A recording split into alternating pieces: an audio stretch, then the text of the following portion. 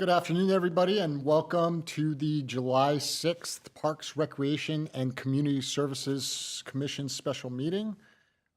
May we have roll call, please? Commissioners Arakelian, Present. Rostomian, Present. Sardarabegian, absent. Ex officio Garabedian, absent. Zarukian, Here. President Amirian. Present. Next item, please.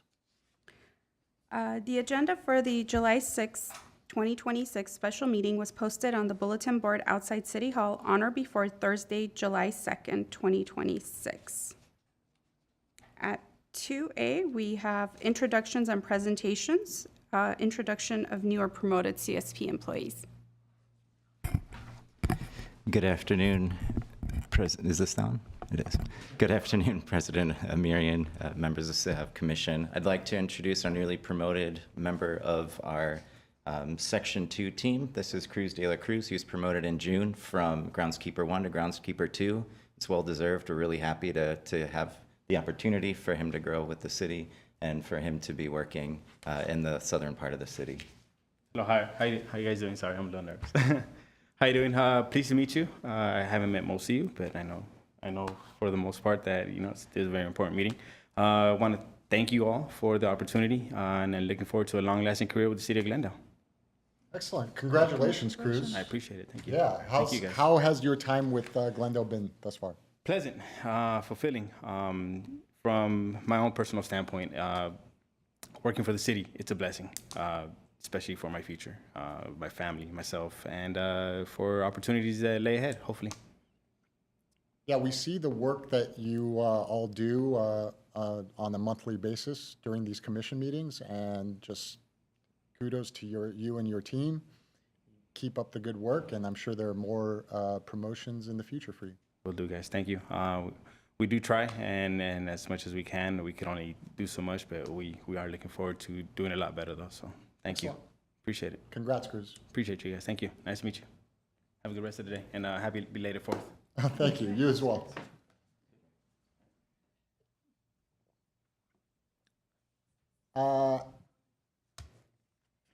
Next item.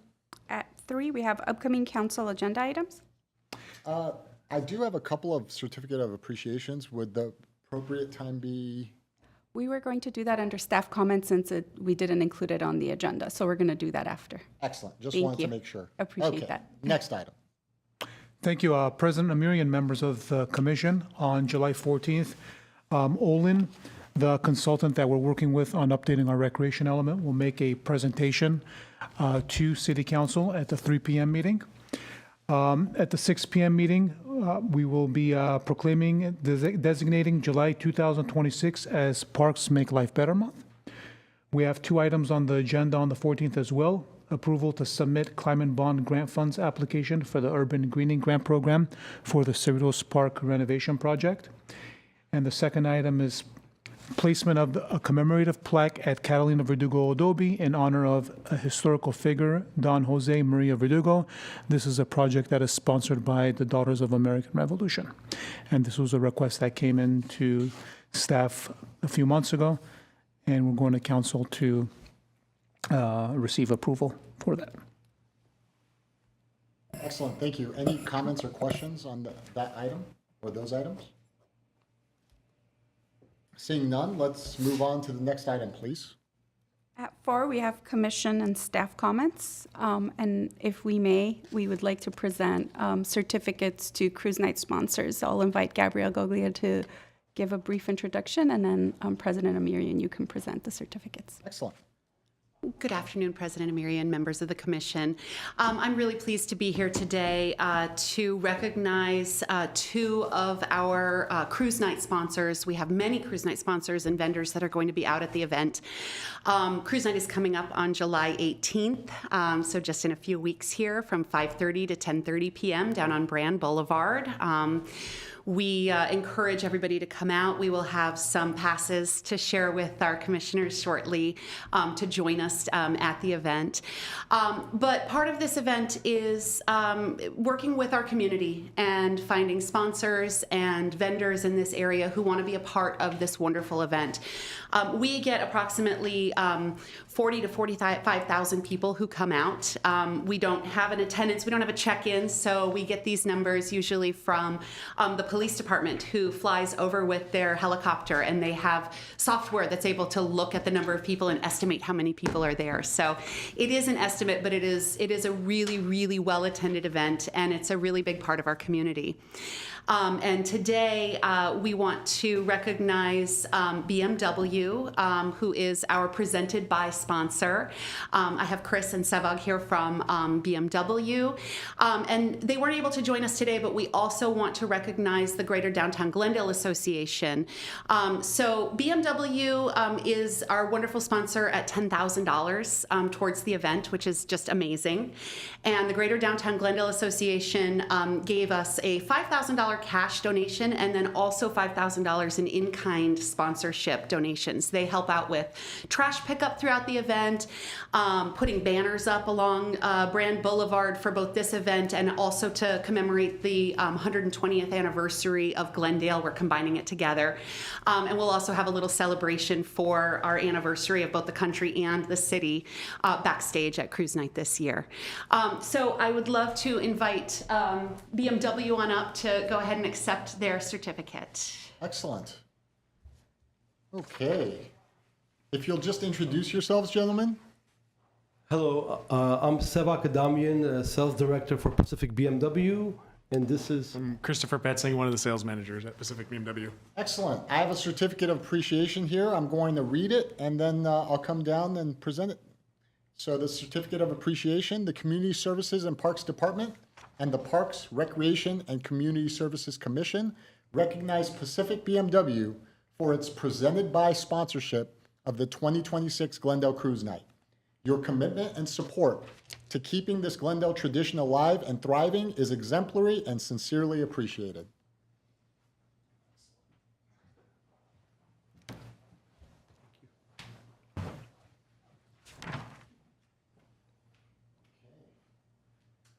Here we go. You guys can hold this right here. I'll shake hands. Thank you. Thank you.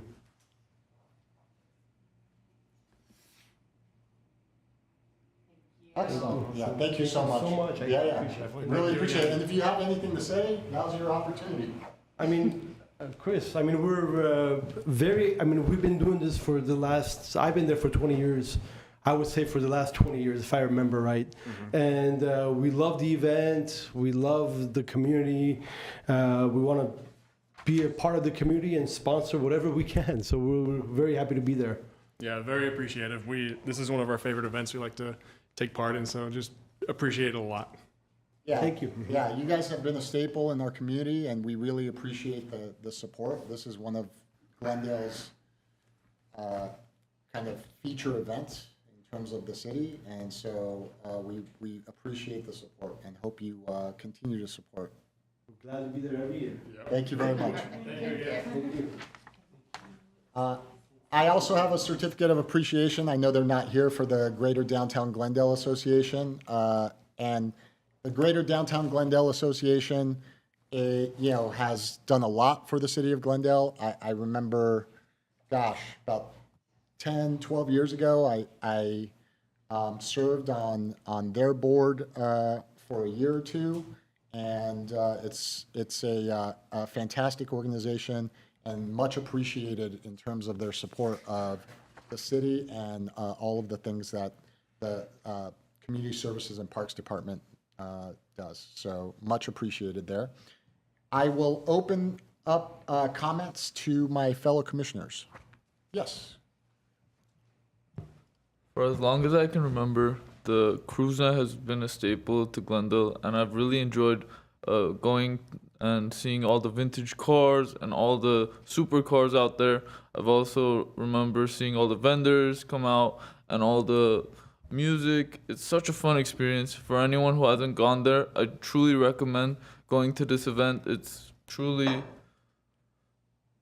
an underappreciated event, in my opinion. Thank you. Any other commission comments?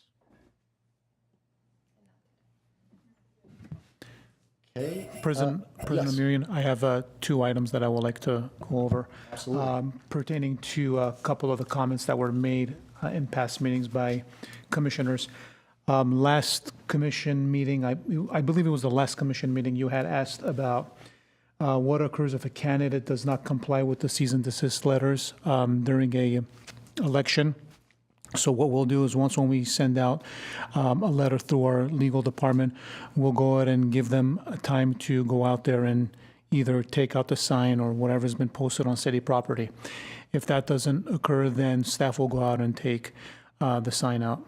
We will not report to FPCC, but we will remind them that the rule is not to have any campaigning or electioneering on city property. Excellent. Thank you for that. And then the second item, Commissioner Arakelian inquired about the possibility of making pianos available for the public. We did have that back in the day through the Library Arts and Culture Department. This was on Artsakh Paseo. They did get damaged. I did reach out to the Library Arts and Culture. Basically, we would need funding in the amount of $49,000 to about $200,000, depending on how we want to store the pianos. If we want an employee to go in on a daily basis to take them out of storage and put them back in, it'll cost around $200,000. If we have a storage unit, it'll cost around $50,000, in addition to proper maintenance and operation of the pianos. Thank you for the follow-up. Sure. Any other staff comments? No. Excellent. I just wanted to wish everybody a happy 4th of July, 250 years. It's, the world's oldest democracy at this point. And I wanted to just signal my appreciation for being born here in the United States and being a citizen of what I believe is the greatest country that the world has ever seen. So hopefully this is the beginning of 250 more years. And I just wanted to wish everybody a happy 4th of July. And I will do my best to get through this meeting so that we can continue to celebrate our patriotism by watching the U.S. beat up Belgium. Okay, next item, please. Next is oral communications, and I do not have any cards. Okay, seeing no cards, let's move on to the next item, please. At 6, we have consent items. At 6A is approval of the minutes of the commission regular meeting held on March 16, 2026. We can take them individually, or I can read them both into the record. And actually, you know what? Let's take them individual. Okay, let's look at 6A. Do I have a motion for the March 16th, 2026 minutes?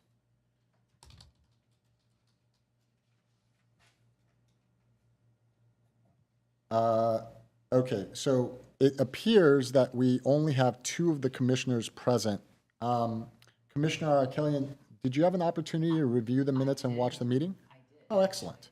Okay. Excellent. So if I can take a motion, please, to approve those minutes? Yes.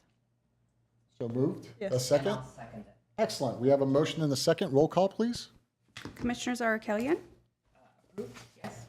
Rostomian? Approved. Sardarbagian's absent. President Amirian? Yes. Let's move on to 6B, which are the approval of the minutes of the commission regular meeting held on May 18th, 2026. At 6B is approval of the minutes of the commission regular meeting held on May 18, 2026. Sorry, I stepped on your toes. That's there, okay. Teresa. I just to be. That's okay. Your mic may not be on, too. Is it on? It's on. Okay, it's just my hearing. I make a motion to approve. We have a motion to approve. In this case, I have to ask Commissioner Rostomian if she had an opportunity to review the minutes and watch the meeting. Minutes, yes. Watching partially.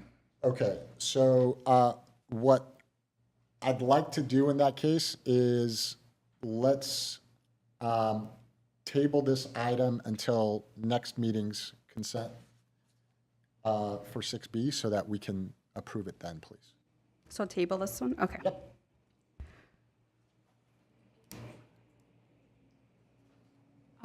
Yes. President Amirian, I apologize, but we just had somebody walk in, and under commission staff comments, I was going to invite Seva Garabedian up to present an award. If you are willing to go back to that item, I apologize, I should probably let you know that we were waiting for someone in case they did come in. So if you don't mind going back, we'll invite Seva back up to make that presentation. Yeah, let's open up agenda item 4, please, again.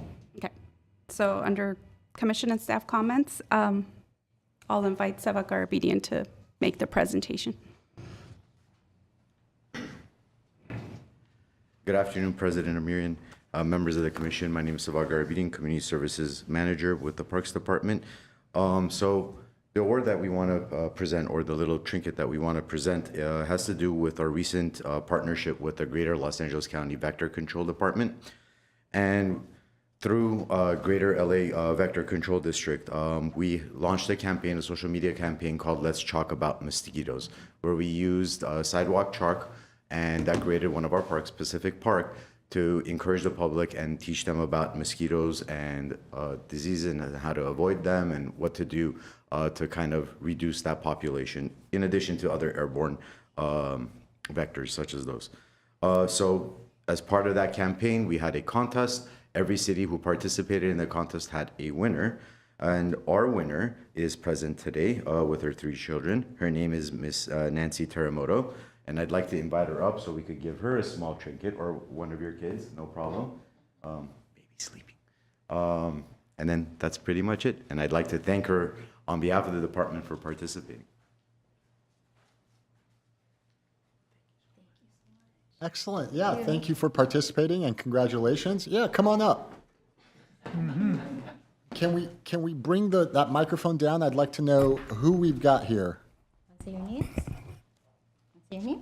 No? Okay, we have It's okay. Alfie, Yeah, Benji, excellent. and Cammy. Excellent. Okay. Thank you so much. 3 I'm sorry under we're late. 3 years old? What are they? 5, 3, and 1. Oh, wow. Okay, you've got your hands full. Oh yeah. Okay. Well, hopefully there's some stuff in there to keep them a little bit busy. Thank you guys. Yeah. Congratulations. Thank you. She's an avid parks visitor. She's been to numerous of our parks. She posted on social media, encourages everybody to come on board. So thank you for all of that. Excellent. Alfie and Benji. Alfie and Benji, what's your favorite park? Do you have a favorite park? Yeah? Which one do you like the best?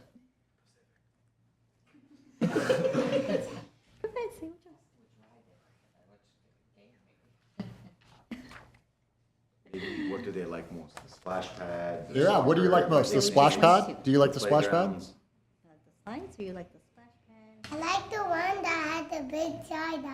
Oh, I think I know what you're talking about. You're talking about everybody's favorite park in Glendale now. Right.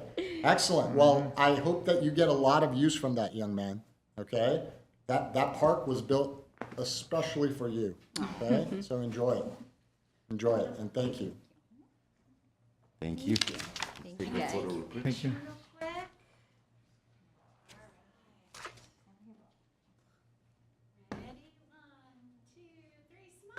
Say cookies. Cookies. Thank you. Thank you so much. Excellent. Let's move on to item number 7, please. Thank you. At 7A, we have selection of 2 voting members to serve on the Student Member Selection Committee of the Parks, Recreation, and Community Services Commission. President Amirian, members of the commission, so I can't believe it's been a year, and we are almost ready to say thank you and goodbye to our 2 existing ex officios, and we'll have them with us hopefully for 1 more month, so I'm not going to say thank you and goodbye just yet, but it's that time for us to select 2 new commissioners to serve on the selection committee. So just a quick report, we opened the application period on April 1st and it closed on June 12th. And we had prepared a flyer that was posted on the city's website. It was advertised on social media since April. And we had it in our newsletters, both the departments and the City Connection, the city's newsletter from April through June.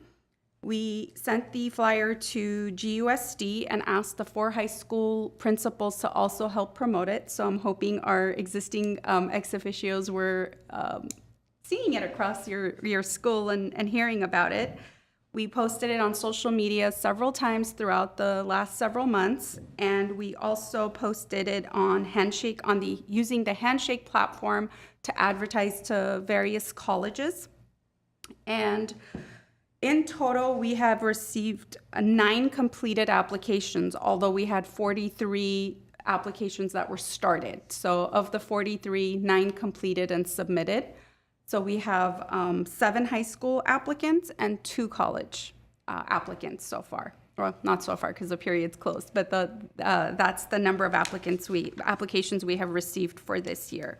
So at this time, we're looking for the commission to select 2 of its voting members to sit on a committee that will review the applications. We'll help schedule interviews, interview the applicants, and select 2 that you would bring back to the commission for recommendation for appointment. So we're hoping to bring back a report, and the selection committee will make the recommendations for appointment at the next meeting in August, and hopefully we will have new committee members, ex officio members, ready to start for the October meeting. So at this time, I'm looking for some direction on nominations for 2 commissioners that could help sit on that selection committee. Okay, just a couple of clarifying questions. So when you say that there were 40-something applications that were started, is there a point at which you reach out to some of those people who started applications and didn't finish to see if they would finish? So it doesn't necessarily mean that they didn't finish. They could have also been disqualified. There were qualifying questions that were asking about, are they going to be in high school? Are they Glendale residents? Their age group. So some of them may have been disqualified. I don't have the breakdown as far as how many were disqualified of the 43 versus just decided not to. We often find that the students will start the application and then, they'll go looking for the letters of recommendation, the approval from the principal. So at some point along the way, they either get disqualified because they don't meet the minimum qualifications or they're not able to pull together the required documents. So we did not send any reminders per se, so for this year, but that is a good point. We could try to reach out if we have their email address at that point, so for future ones. But we did ask the school principals several times to send out reminders to the high school students, and they were kind enough to confirm that they did advertise it and send it out in their monthly newsletters, posted it around the school to be able to communicate it. So. Excellent. Thank you. Yeah, I have the flyer here. I'm sure you could put it up, but I'm just gonna hold it up here. It's a great flyer. It's super colorful, and it really encourages people to apply. We definitely want student commissioners to participate. I think their input and their experience, their perspective, really matters when it comes, especially not just for the work that the city does, but specifically for Parks and Recreation and Community Services. They are one of the demographics that use our outdoor spaces and our community services and recreation services the most. There was one more clarification I had before we get to the direction part. You mentioned selecting 2 commissioners, ex officio commissioners. Do we have to select 2? Does the commission have to select 2, or can they select up to 2? 2. Okay, so it's for sure it's 2. Mm-hmm. Okay, excellent. Okay, having made that clarification, I'll open it up. Can I just ask a clarification question? So there was 43 initiated, 9 completed.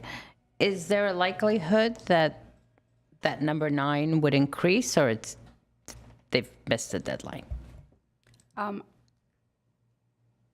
President Amirian, Commissioner Arkelian, at this point, the application period has closed, so we would have to select from the 9 completed applications that we have.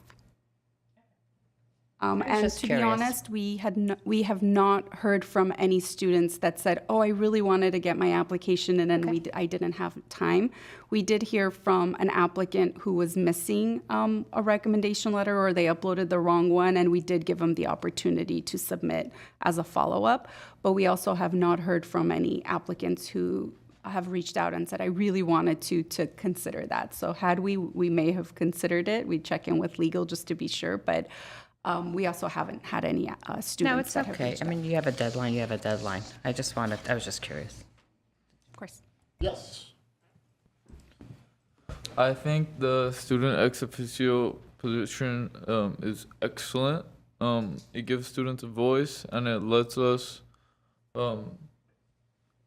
voice out how we feel and how we think that the community is, and it gives everyone a different, fresh perspective that often sometimes is sidelined. So I appreciate that. Thank you.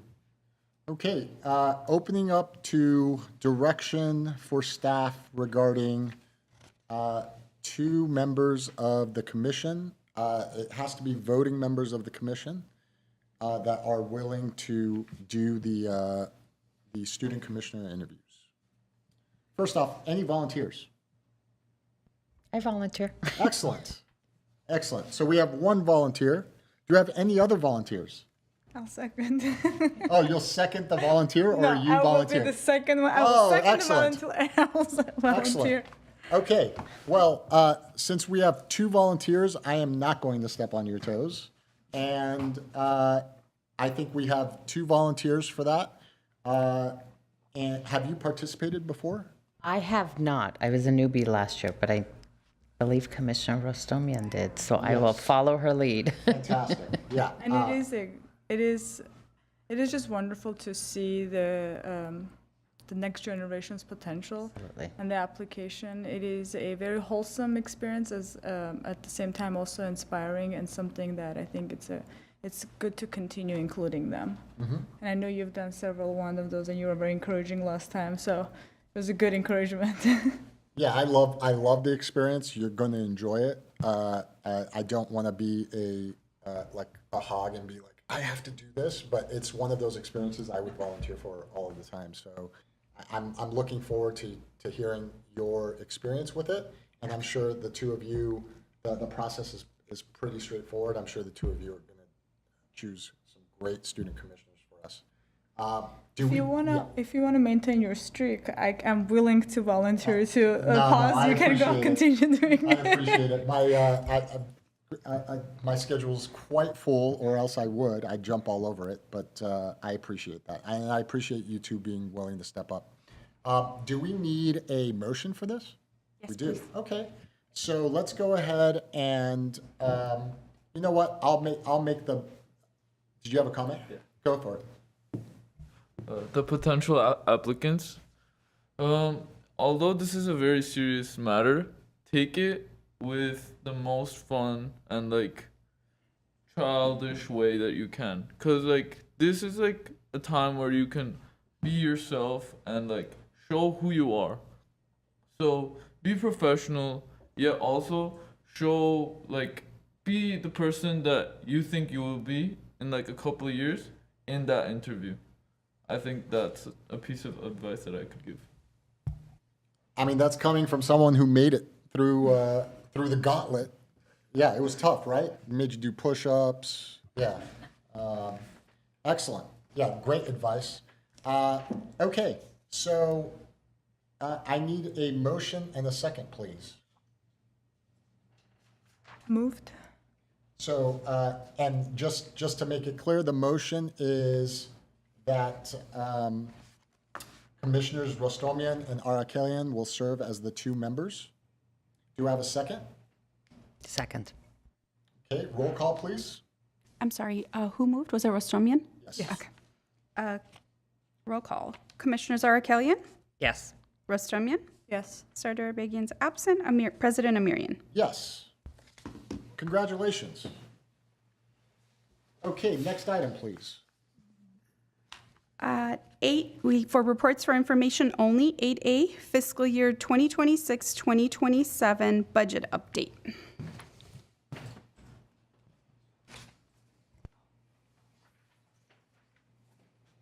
it up there?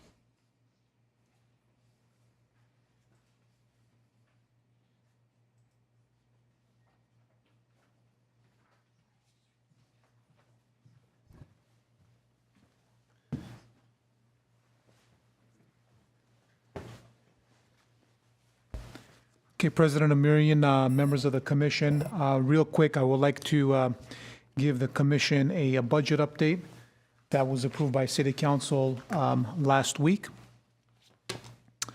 2 weeks ago, I'm sorry, June 23rd.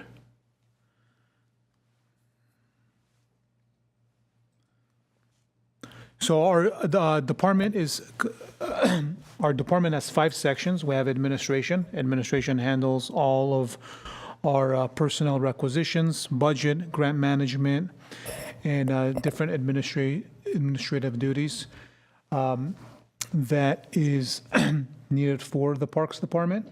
Park Services handles all of our park maintenance and special projects. Recreation and Community Services, these folks do the fun stuff. The day camps, special events, they run the community centers, youth programs, adult programs, and senior programs. Human Services consists of CDBG, the Community Development Block Grant Program, as well as our Senior Services Program. And Workforce Development, Glendale Youth Alliance is our workforce development section. They handle career programs, employment programs for adults, youth, and seniors. Is this working or? Anyway. So our approved budget for this fiscal year, well, let me go back to last fiscal year. Last fiscal year, we had an operating budget of 43 million, little over 43 million. This year, we have about a little under 40 million, 39,885,000. Our general fund budget increased by 700,000. This was due to our salary increases for hourlies and salaried employees, as well as some M&O and service level increases that we had submitted for park services. Our CDBG fund, our Community Development Block Grant Program, had a decrease of 44,000. Our CDBG funds are funds that are given by the federal government through housing and urban development. Since we're an entitlement city, we receive between 1.7 and 1.8 million a year to fund nonprofit agencies as well as city projects. Workforce Development Fund from 8.9 million to 5.1 million. This saw a decrease in 3.7 million. This was due to some funding cuts that we had received through the federal government as well as state. The Glendale Youth Alliance saw an increase of $52,000. There was an increase in our different programs, the Life Rep program as well as LA County program. Different grant funds in the amount of $23,000 increase. Our Nutritional Meals Fund saw $3,500 increase. And then our Capital Improvement Program saw a decrease of $379,000. From 2.9 million that we requested in 25-26, we only requested 2.5 for 26-27. Budget reductions. All departments were asked to cut 5% in the next 2 years. So the department heads, as well as city manager's office, decided to cut 3% this year and 2% for the following year. So it'll be a smaller hit to all of our programs. So the 3% that we cut was an amount of $559,000 in general funds. So our cruise night live entertainment for summer of 2027, so not this year, but for the following cruise night 2027, we're cutting $22,000, which is the live entertainment. We were thinking it'll be cheaper to bring in a DJ for a few $1,000s to provide entertainment for the participants. Skate park staff hourly wages in the amount of $311,000. The skate park is open, but it won't be staffed. We do have signs up throughout the facility saying basically skate at your own risk. We won't have any staff available to check anyone in and out. So that is a net savings of $311,000. Also, reduction of the aquatics program. We will be closed Friday, Saturday, and Sunday from November to April. And talking to staff, our slowest time of the year is November through April, Friday, Saturday, Sunday. There'll be a net savings of $36,000. Also, eliminating the summer concert series, we're saving $78,000. There are questions on why we decided to eliminate all of summer concert series. We also have the Library Arts and Culture Department providing summer concerts at Brand Park. They're providing 8 concerts, so we decided instead of having concerts at Verdugo, we can go ahead and refer everyone to Brand Studios. Those concerts are funded by the Urban Art Fund, not general funds, so that's why they can have concerts, and we went ahead and decided to eliminate the concerts at Verdugo. There's also the fall series at Artsakh Paseo. Those concerts are starting in September at Artsakh, and those are 5 concert series. Eliminate the fall festival event in the amount of $10,000. We have a number of nonprofit organizations that provide fall festivals throughout the city, one at Verdugo Park. So this will allow us to eliminate a fall festival at Pacific Community Center. Youth case management hourly salaries in the amount of $20,000. We are reallocating the duties of a full-time employee to provide case management. This will allow us to cut $20,000 in hourly wages. Reduce Spar Heights camp. We won't be having a camp at Spar Heights for spring and winter due to a low enrollment. This will save us $39,000 in hourly wages. A reduction of the Get Fit program. Once again, hourly wages. Since we've seen low enrollment in the Get Fit program, we decided to cut hourly wages for that program. And then reduce various M&O in the amount of $39,000. So we looked at a number of our accounts such as Parks Admin, CSP Admin, admin in our facilities where we can reduce maintenance and operation, which includes uniforms, staffing, and different types of amenities that we purchase through our M&O program. We have a question. Sure. Go ahead. What does M&O stand? Maintenance and operation. So okay. basically, maintenance and operation is broad. It is funding for uniforms, camp supplies, janitorial supplies, and so on. Sure. Any more questions on this slide? Okay, next slide, please. So CIP projects that were approved this fiscal year. Doctor's House renovation in the amount of $250,000. Last year, we asked for $500,000, which council approved. We're asking for an additional $250,000. There's a lot of work that needs to be done, about $1.7 million worth of wants and needs. We did meet with the Glendale Historical Society and came up with a plan where the must-dos part of the project needs to be completed, and that's we would need an additional $250,000. So staff is working on contract to incorporate the work in the amount of $500,000 in addition to $250,000 for the renovation of the doctor's house. That also includes the gazebo, which is not historic, but it complements that area of the park.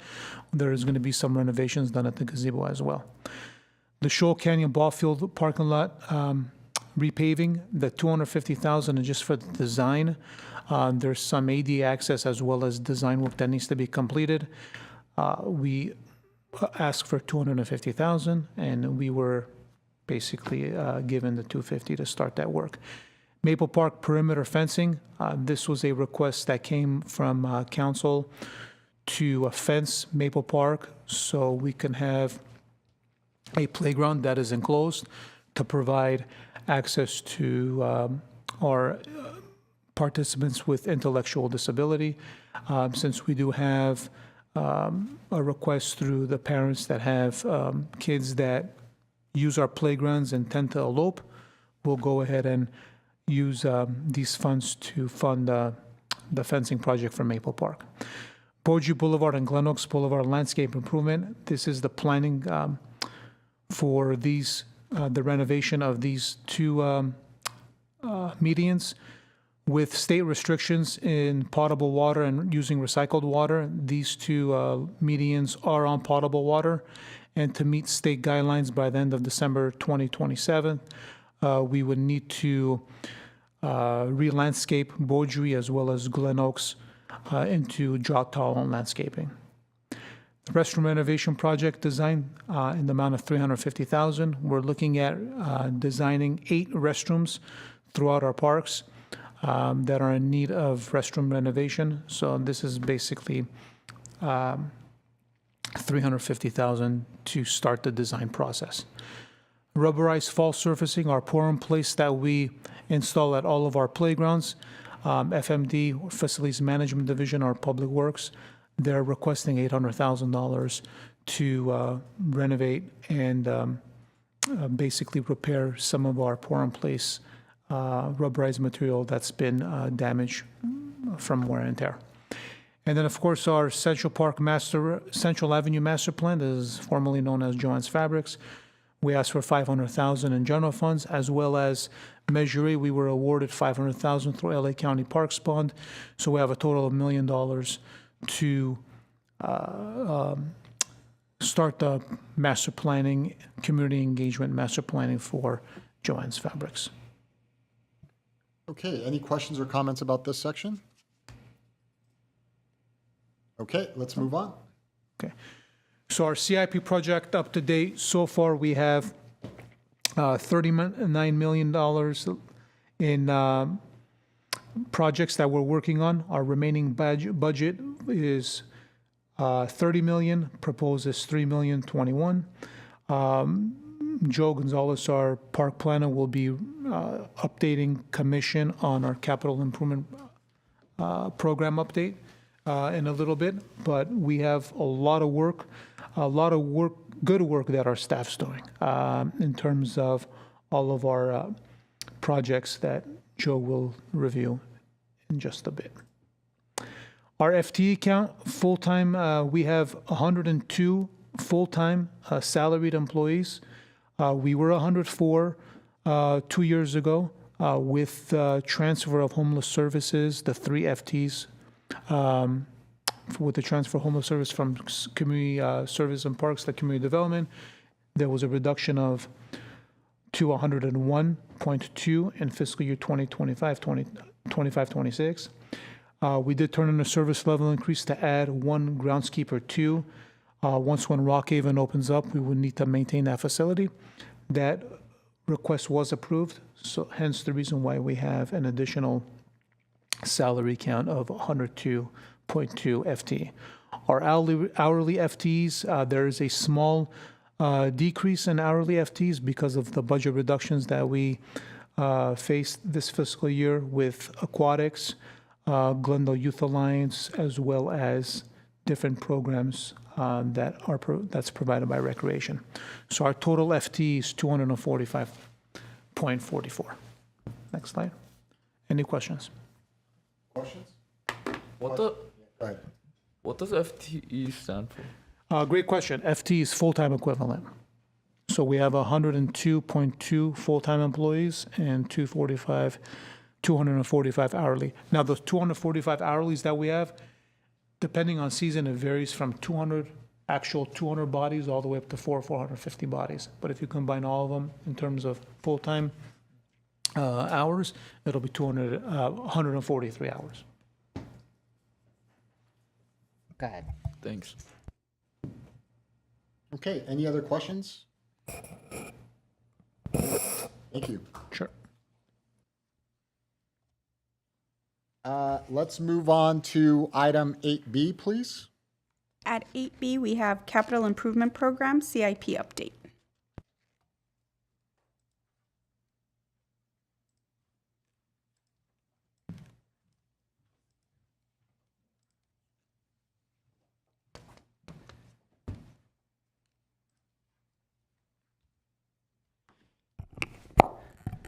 Great, thank you. Good afternoon, President Amirian, Commissioners.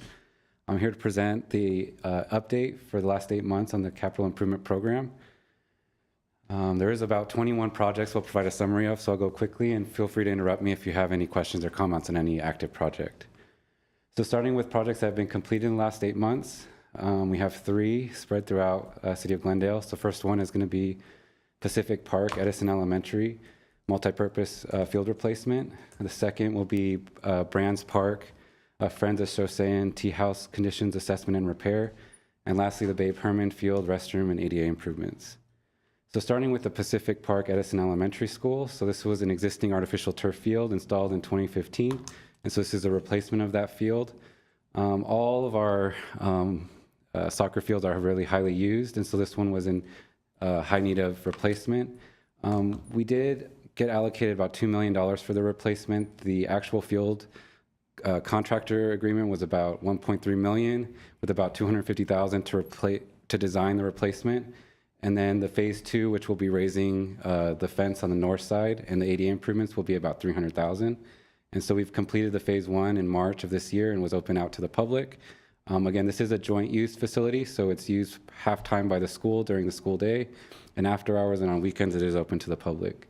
And then the phase 2 is in permitting, and I'll provide an update on the status of that one, but it is open to the public now and is well used and well liked now in its renovated state. Next project is Brands Park, Friends of Chaussee Tea House conditions assessment and repair. And so this facility, the tea house had been experiencing some issues. There was some deterioration around the gutters, the fascia board or the wooden board along the edge of the roof was worn. There was some termite damage. The whole building was painted, and so this project was finished in March with a budget of $200,000 and has been opened. There was no damage. I know there was some concern about impacts to the pond, but it was remained intact and no fish died during the construction. Babe Herman Field restroom and ADA improvements. So this was the full ADA improvements for the Babe Herman Little League Field located near Verdugo Park. So this restroom was completely renovated. If anyone had been in this restroom, it had, the stalls were not ADA compliant. It had like a trough style urinal, probably from like the 80s. And so it hadn't been updated in a while. It is connected to our fire station number 24. So we did have to coordinate some of the upgrades with the fire station. It did come in just under $400,000 for completion. And as you can see, all the fixtures were replaced. We did add in like the baby changing station and then all new fixtures. This one also did not have an ADA parking stall. So we did add the parking stall and the side aisle with the ramp. So now it is fully compliant with ADA. I would note, based on our open space and recreation element update, we have been doing surveys and we did get a lot of feedback that the quality of the restrooms really does impact the way people see the quality of the park. And so we are seeing this as a priority of improving the restrooms. And we did have the CIP project to improve, I believe it was 7 new restrooms within the city. We have a question. Yeah. What's ADA? Oh, so it's accessibility requirements. So the ADA is the American Disabilities Act. So it's actually federal law that all public facilities need to be accessible by people like in wheelchairs. And so ADA requirements just means that people are able to access that restroom. It has handicap accessible toilet stall. It has a parking space. And then the route to the restroom is completely accessible. Thank you for that question. So now moving to projects that are currently in construction. So we actually have 3 playgrounds that are currently being built. That includes Elk Mini Park, Wilson Mini Park, and then Mayor's Bicentennial Park. So starting with Elk Mini Park playground replacement, this project is located just south of where we are located now on Elk Avenue. And so this was a replacement of the playground that was there for over 20 years. It was originally installed in 2004 with the opening of the park. And so we were budgeted $400,000 for this replacement. We presented the 4 options to the community, and this nature-based or nature-inspired playground was the selected playground by the community. And so it actually has been installed. We're just missing one railing, and then we're getting the safety inspection, and it should open the next couple weeks. So this one is nearly completed. And then a couple months or last month, CDBG did approve an additional approximately $58,000 for this project, and we will be replacing all the site furniture, so all the tables in the park, the trash receptacle, the benches. In the next 2 months, we are ordering those now, and those will also get replaced as part of the project. And we just mentioning too, we will have a small event with the CDBG Commission once the playground is opened, just to celebrate the project completion. We'll definitely let the commission know when that's occurring as well. Wilson Mini Park Playground. So this, I don't know if any of you passed this park on your way here, but this project is located on Wilson Avenue, just a couple blocks east of our location. This was put in 2008, and it has been completely replaced. The PIP has been replaced. And so this project just opened last Thursday, so on July 2nd, it was completed and open to the public to much fanfare. We already saw people using it over the weekend, and it's a really well-liked park. I would mention that as part of the construction, the turf did die, and so as a part of the phase 2, we will be fencing off the turf area, and over the next month, we will rejuvenate the grass, and then we also will be adding 5 new trees as part of this project as well. So there will be a small phase 2 for this one as well, but the playground is open as of now. And then lastly, Mayor Bicentennial Park. This park is just north of GCC, adjacent to the 2 freeway. Originally put in 2005. We are replacing this playground. This is the largest of the 3 currently in construction. You can see the price is a little higher than the other 2, but it is a fully customized kind of sculptural playground that we're installing here with shade elements in the playground. This is planned to be completed by the end of July. We're actually in PI pouring the rubberized surfacing now, and we are planning for an event on July 29th to celebrate the new opening. So we also send the invitation. We're creating the invites now, and we'll be sending that out and sharing it publicly. So this one's almost completed as well. So projects in pre-construction. So we have a few that have passed permitting. We have the funding dedicated, but they just haven't quite started yet. So the first of these is Central Park Block Project. So this is at the location of the, between the Glendale Library, Central Library, the Adult Recreation Center, and the future Armenian American Museum.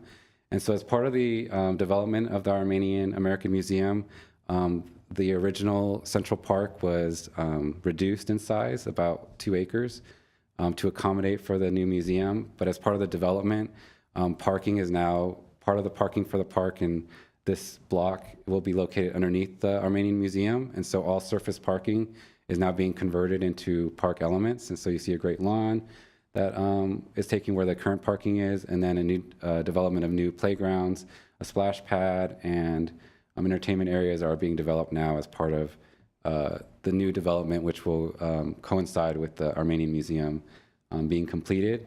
It was already bid out and awarded in March for a contract that totaled $12,680,000. There have been delays right now in the start of construction based on the federal grants we've received. And so to comply with the grant requirements for the $6 million, we had to do a federal environmental review, which added some time. We just got concurrence this last week, and so we're hopeful that we can start construction in about a month. But we did receive additional federal funding through Congresswoman Laura Friedman's office, and we're currently reviewing the requirements for that before we break ground. So we're just still reviewing some of the requirements, but we do have satisfied at least our first federal requirements for the $6 million, looking at satisfying the requirements for the $2 million, and then starting construction. I'm just noting that once construction starts, it will be about 15 months construction window to start. Yes.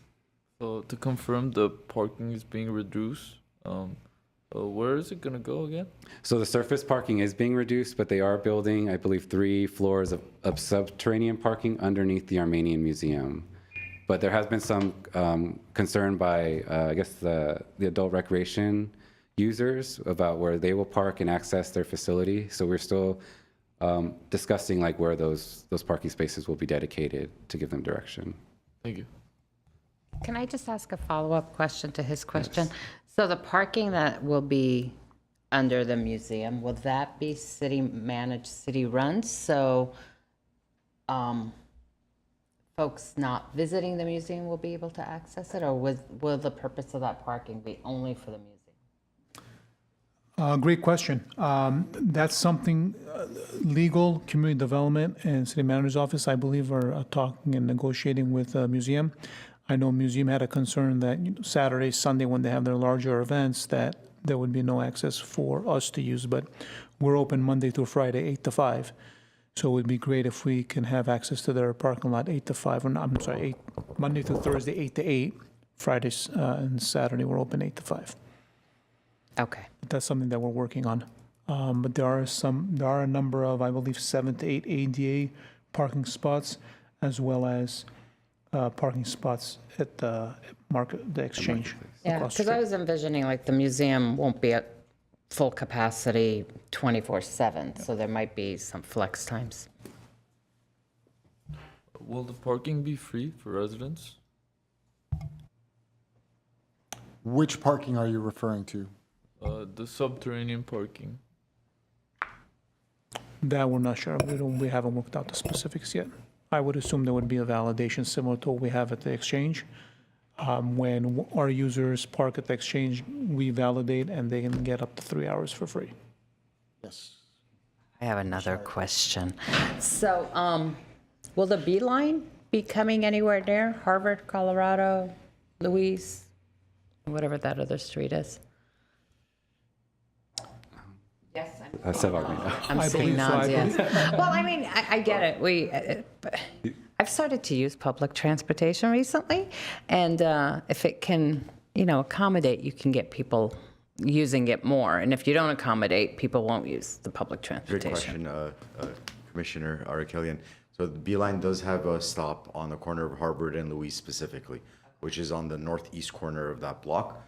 As for the parking and paid parking, what Mr. Bulanikan said is correct. The ARC and Central Library both offer 3 hours of free parking with validation.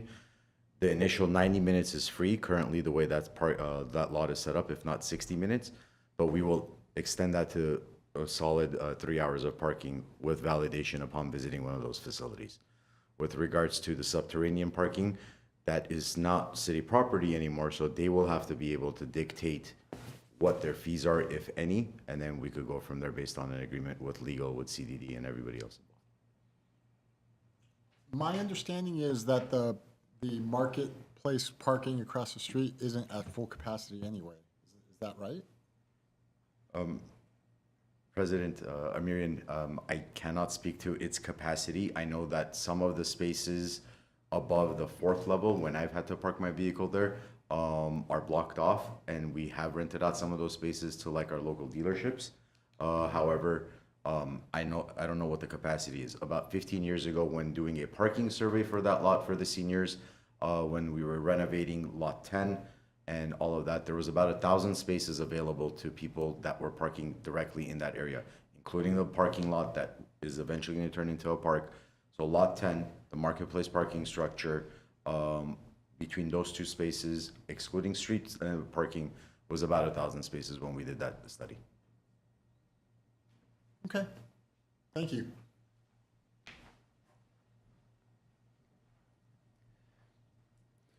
So this project still is in early development, and great questions. We do get a lot of questions around parking for this, and even during construction, there's also questions of how people will park, and right now they are pointing to the marketplace as the primary parking opportunity.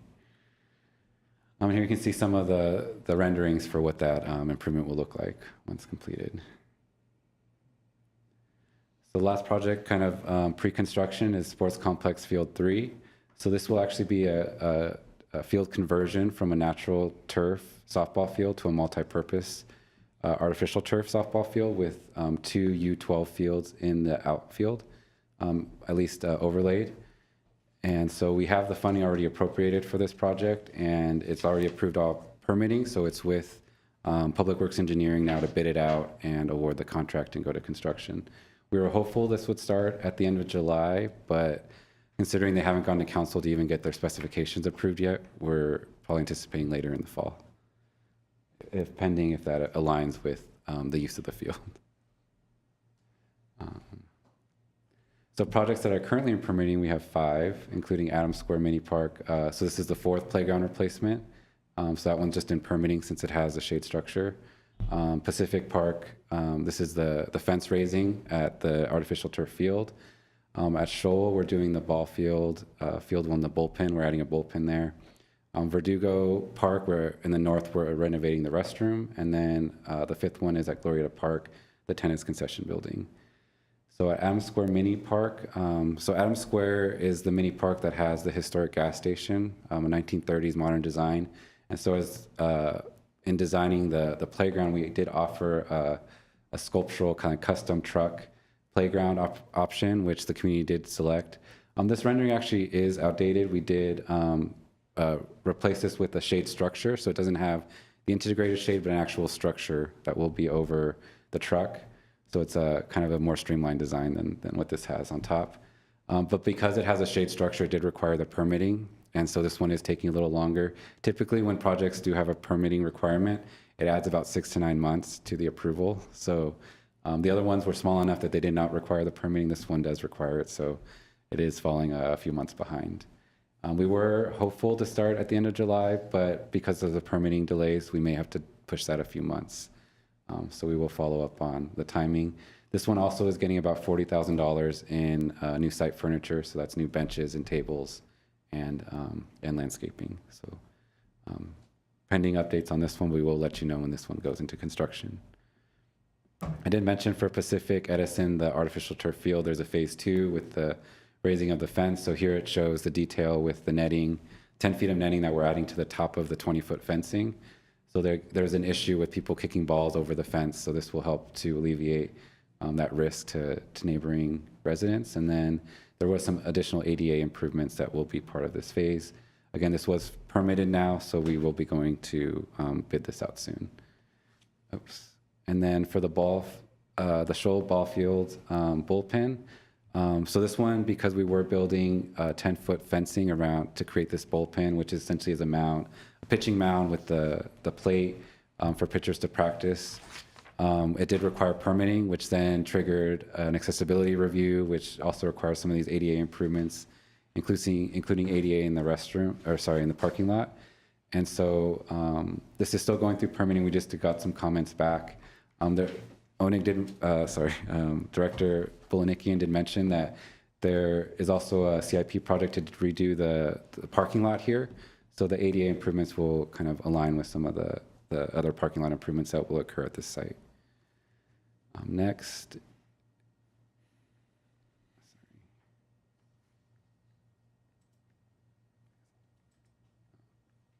Next is the Verdugo Park North. I believe that's where we're at.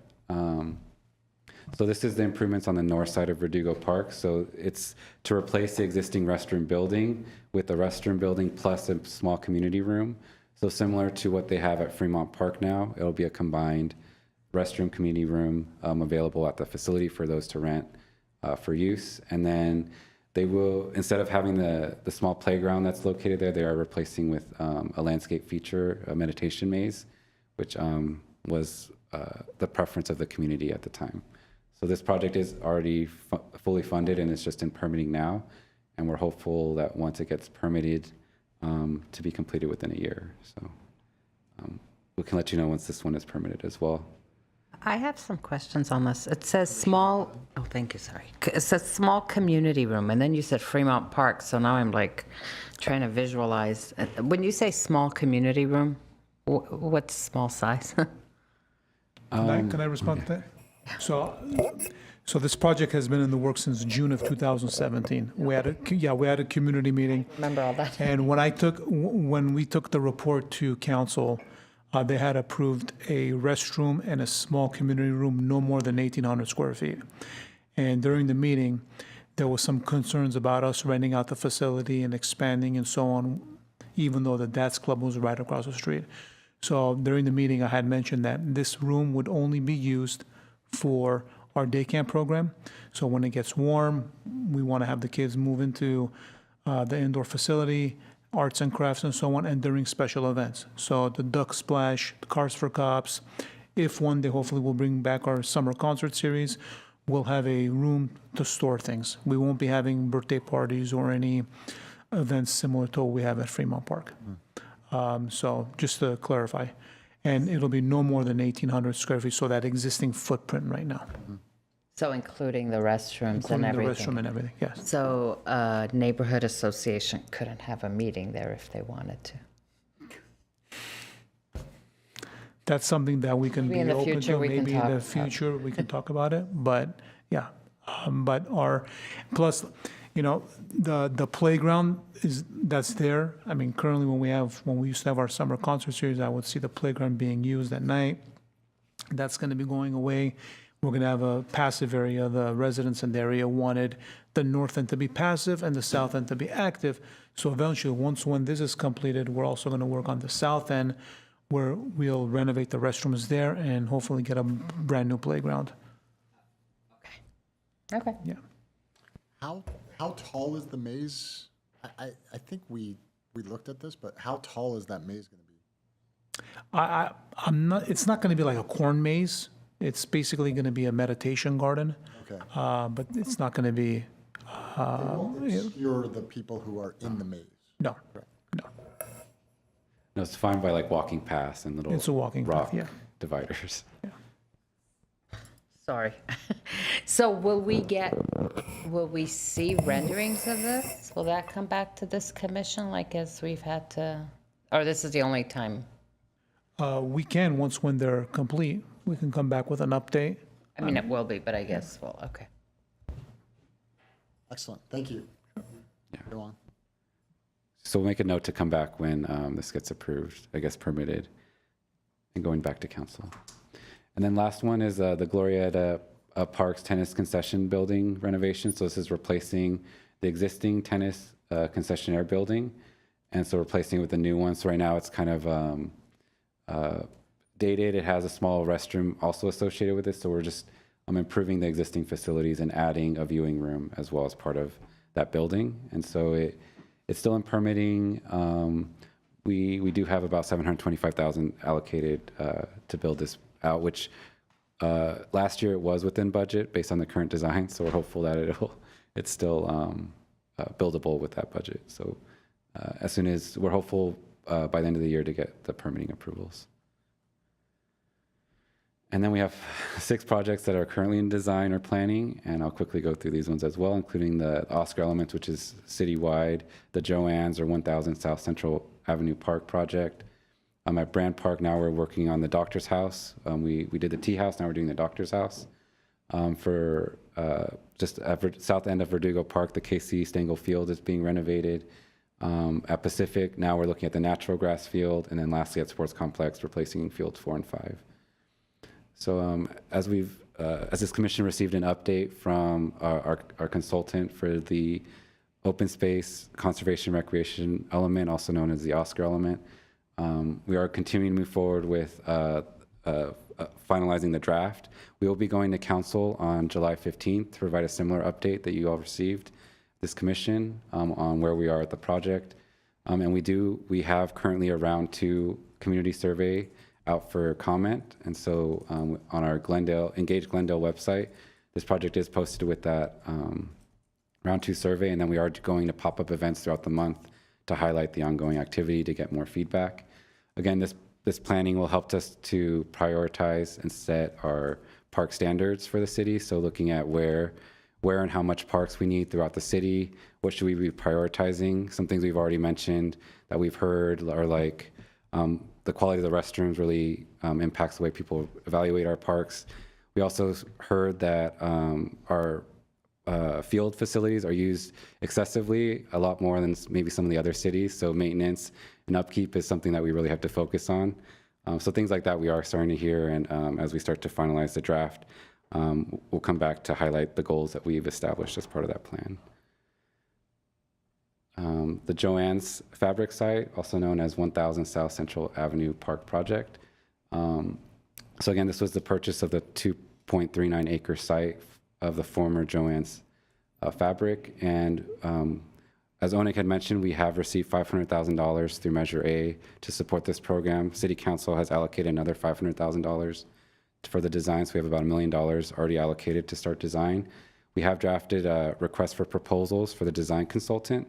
That has been with the attorney for about 2 months now, so we're waiting for that approval to go out to bid on, or to release that proposal for consultants. We're hopeful in the next couple months to release that and start the review process for hiring someone on. We're assuming once we do award that consultant contract, it'll be about a year to get a concept design.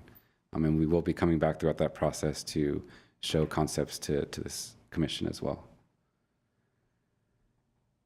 Next, we have the Doctor's House at Brand Park. So as I mentioned, we did an assessment to repair the tea house the last couple of years, and now we're moving forward with the assessment of the Doctor's House, which is also experiencing some damage and in need of repair. So also had some termite infestation issues. Their conditions assessment did identify over $1 million in repairs for the building. So we've worked with the Glendale Historic Society to identify or prioritize what to do with the $750,000 that we have allocated for the improvements. So we've narrowed down that priority list, and now we're working with ARG to finalize essentially the bid documents to now do those repairs. So yeah, we're moving forward now with finalizing those bid documents and bidding it out. We just did that amendment, so this will probably be another 6 months to a year in finalizing those drawings and going back out to bid. Who is ARG? So they're the Architectural Resource Group. So they're essentially a historical architectural firm, one that we work with often. They also did the tea house as well.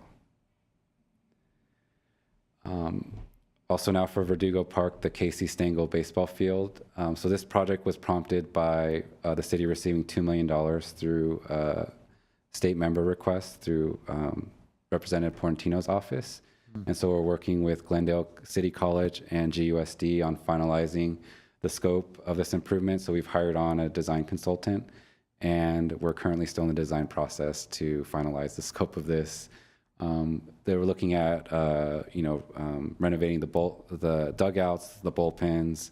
They kind of want shade over the bleachers as well. So they're kind of looking between all of these and seeing how much the costs are versus how much they have budgeted. And GCC may take on some components that maybe we can't cover with our current scope. So we're still finalizing that, and we can bring back the scope that's determined with those stakeholder groups.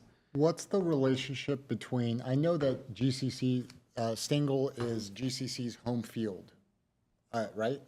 That's where they play baseball? And then what's the relationship in terms of shared responsibilities between the city of Glendale and GCC as far as Stengel baseball field? The maintenance contract right now is under GUSD. They operate the field, but I know they have a side agreement with GCC for them to take over partial means, part of the maintenance. So both GUSD and GCC are conducting maintenance. Got it. And then does GCC pay like a rental fee or an agreement? GCC, I believe, pays for utilities, X amount of dollars. I believe it's $15,000 or $20,000 a year. Yeah, I think it's a beautiful location for a baseball field. I played there when I played baseball, and but I do think that GCC should really chip in, especially considering the amount of funds they have relative to the city. So I think there should be some harder negotiations between the decision makers here at the city of Glendale and the GCC board in order to share those funds and costs. Yes. So moving on to Pacific Park Natural Grass Field. So just south of the artificial turf field, we do also have a softball field that's natural grass. This one will remain natural grass, and essentially we're looking to improve the dugouts and the bullpens. So I know they're improving the dugouts, and then they're also improving the drainage in the outfield. And so some of the issues at this site is everything drains right now towards home base and pulls a lot of that brick crumb material out into the street. And so they're trying to create areas in the outfield, essentially a series of French drains to take water away, I guess, before it goes into the infield. And so this has been ongoing. We kind of had gone up to a conceptual design where they were regrading and adding retaining walls to drain the opposite direction, but we pulled back and kind of are just adding these French drains as a reduced scope. And we just received 90% drawings last week, and we're reviewing internally, and hopefully can start permitting soon. And then lastly, just highlighting Sports Complex Field 4 and 5. These fields are in high need of replacement. We've had an RFP to hire on a designer for a while now with the attorneys, and so once that's approved, we'll move forward with hiring on a design consultant. Just to compare, mentioned Pacific Artificial Turf was about 1.3 million. That's only one field, so you can assume for 2 fields it's probably going to be around 2.5 million, which has already been allocated, and the design's probably going to be upward of $300,000. So I guess once we'll move forward with getting estimates on those costs as we continue through this process. But just noting what we're seeing now, and there has been a lot of requests to move expeditiously on moving this renovation forward. So as soon as that RFP is released, we'll move quickly. And then just noting there's 2 projects that haven't had updates recently. Just want to note that they're still in our purview. First is Cerrito splash pad and restroom replacements. So both the playground and splash pad are in need of replacement. And the city recently applied for a $2.2 million grant through the Urban Greening Grant Program to renovate this park. And so we're hopeful that we'll receive additional funds to do this project as well. And if not through this program, there's also the State Parks Program that we could also seek more funding from. So again, something that's really needed, and again, a large ticket item for over $2 million in replacements that we're anticipating. And then also just noting, we did perform a dog park feasibility study over 2 years ago, actually 3 years ago, to identify opportunities for either a temporary dog park or a dog run. We looked at sites in North and South Glendale. Based on direction from council, we were looking at a possible temporary dog park at Palmer Park. We are looking at entering a contract for about $30,000 to look at doing this temporary park design at Palmer, more on one of the sides, kind of where the exercise equipment is, if you're familiar with the site. And so we'll be looking at that this year as well. And that concludes the PIP update, or sorry, the CIP updates on at least 21 of our active projects. If there's any questions, I'm here to them, or feel free to follow up at following meetings or directly. Any other questions or comments? Okay, thank you very much. Thank you. Let's move on to 8C, please. At 8C, we have Pacific Park and Community Center Programs and Operations Fiscal Year 25-26 Annual Report. A little short. Greetings, President Amirian, members of the commission. I'm Krista Gregory. I am the Community Services Supervisor at Pacific Community Center, and I'm here to give you guys my annual report. Okay. Oh, what am I pointing at? Is it on? Yeah. Try again. Okay, we'll start here. It's okay. So Pacific Community Center, it's one of our 4 community centers that we have. So we also have Maple Park, Spar Heights, and we also have Adult Recreation Center. Pacific Community Center is the largest one that we have. It opened its doors in September of 2003. And it's a very valuable resource to our community. It's used very vastly. We're open 6 days a week, Monday through Thursday from 9 a.m. to 5 p.m. And Fridays and 9 a.m. to 9 p.m. Monday through Thursday, 9 a.m. to 5 p.m. Friday, Saturday, and we're closed on Sundays for reservations and rentals only. Mostly reservations are soccer field and our basketball gym is what we use it for. And we also offer multiple drop-in programs, and we offer childcare programs as far as summer camps, regular day camps, and our after-school program.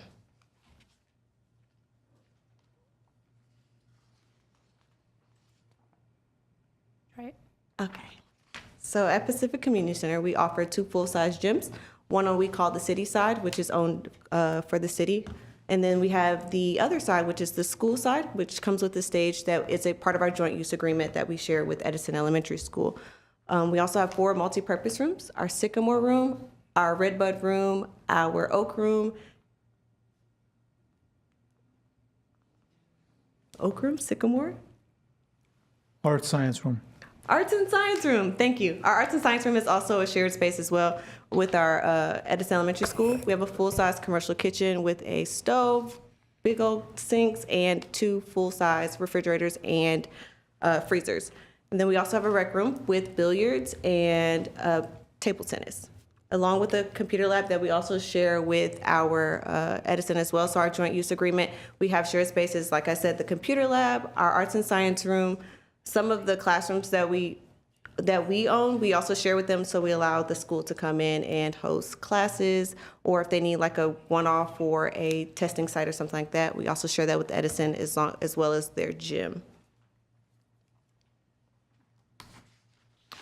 On to our outdoor facilities, we have our wonderful new multipurpose field. We did close our multipurpose field at the beginning of October for renovations. We did recently open it in March after our wonderful Joe and his team worked very hard on getting this beautiful field that we have, as well as our baseball field that we also own. As part of that renovation project, we also had a outdoor concession stand that was part of it that we just got remodeled as well, that we had closed, that we recently reopened as well. We have 2 outdoor multipurpose courts. Well, we have a pickleball court, and it's also designed for a basketball court as well. We have 2 picnic shelters. An outdoor patio that's connected to our Oak room. So if you would like to rent our Oak room, you can also rent our terrace, which is a separate. We have a not a picnic, 2 playground shelters with our splash pad. Newly, it just opened last year. It's utilized very frequently, especially with our day camps. Our kinder care uses our splash pad every Wednesday and Friday morning. So if you're ever out in the morning and you want to come stop by and say hi to our kinder kids, they are outside on that splash pad having the time of their life, as well as outdoor fitness equipment that is right outside of our newly built playground. And then we also, when we opened our concession stand, we also opened outdoor restrooms, so it allows our renters and playground users to use the restrooms that are outside if the facility is closed in that case, as well as our Pacific Park Plaza that we use frequently for any of our special events that we have. We spread out an entire event throughout the entire plaza. So, center-based programs, things that we offer in our facility. We offer senior line dance. So as part of our exercise, we have senior line dance every Monday. Our lovely seniors come in, and from 10 a.m. all the way through 2 p.m., we offer 2 different classes. They come in, they participate in our line dance program. Additionally to that, we have our Edison After School Club, which I'll drop in a little bit more of that a little later as I further into my presentation. We also offer Edison After School. You'll also see our drop-in programming as far as Tot Time and our rec room. So Tot Time is every Tuesday and Thursday during the regular school year, not during summertime because we do have summer camp for infants up to age of 5 for their parents or caregivers to come in. We give them toys, balls, carpets, rugs, everything for them to play with from 10 to 12 every Tuesday and Thursday in partnership with the library, who also offers story time on Thursday mornings at 10 a.m. for the kids. In addition to that, we have drop-in basketball. We also have drop-in badminton, pickleball. Pickleball is a great activity. We get a lot of members of the community to come in and participate in that. That's Monday through Saturday from 9 to 2. They come in, as long as you have an activity card, you're able to come in and participate as long as it's valid. And then as well as that, with the drop-in basketball and the badminton, the same thing. And then we also have table tennis, which everyone loves table tennis. So a little bit more on our drop-in programs. You'll see our numbers from the last fiscal year, from 2025, 2026. Please note that these numbers are from May when I was preparing this report, so these aren't the actual final numbers that we had for the end of the fiscal year. You'll see that we had a slight increase in our basketball, our pickleball, and duplicate participants that come, as well as Tot Time and all of our other drop-in programs that we offer. I know I might be speaking a little fast, so sorry, nerves. Do you have any questions so far about any of these numbers?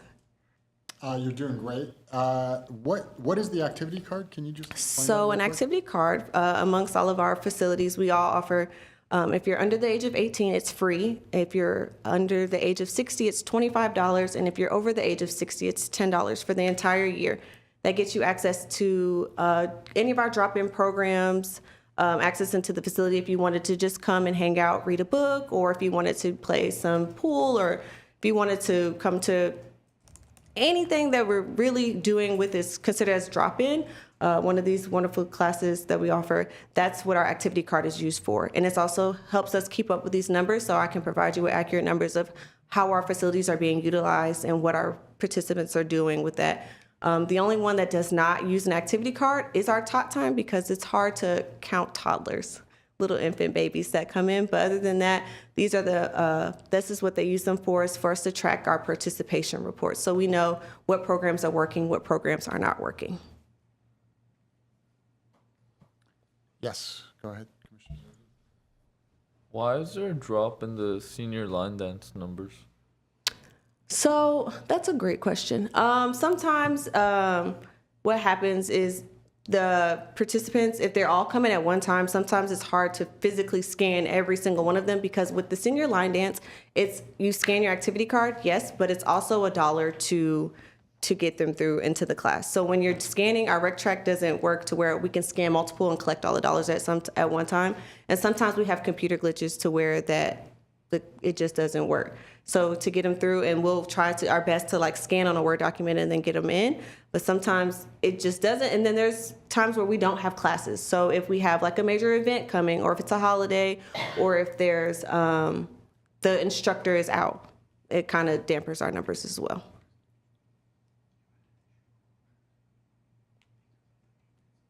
Oh yeah, and we did have additional closures. We did close because we did get our floors redone. I did forget about that. We got our gym floors done. Very nice. Yes. So, I just realized, so the green is fiscal year 2024 to 2025, and then your report has May. So this doesn't include one more months of data, right? Correct. Okay, so wow, so those numbers technically will be much higher. It's really impressive. I mean, I'd love to see folks using city services, so. We do in pickleball and line dancing. They take up a great ton of that. They're bright and early in the morning. They're very sweet people. And senior line dance, those ladies don't play. They do not play about getting in there for their line dancing. We had it this morning. Feel free, Monday mornings, come by. All right, thank you. Yes. Also, why did the recreation room numbers drop by nearly half? We don't get, so a lot of our recreation users typically go to the adult recreation center. We have a few normal people, like 3 or 4 people that come, like regulars that come, but most of our recreation room participants attend ARC, or Adult Recreation Center. Okay. Thank you. You can go on. Okay, so in partnership with the GCC, the Glendale Community College, we do currently offer, right before summer started, we offered 3 classes: balance and mobility, strength training, and parent education classes, free of charge to the participants. All they had to do was register with GCC.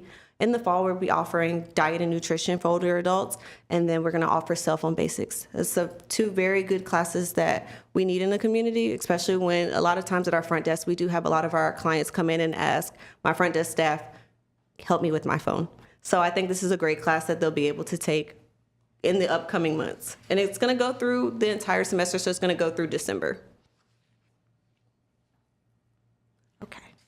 Contract classes. We offer 2 contract classes. One would be Aikido. That one takes place in 4 different sessions.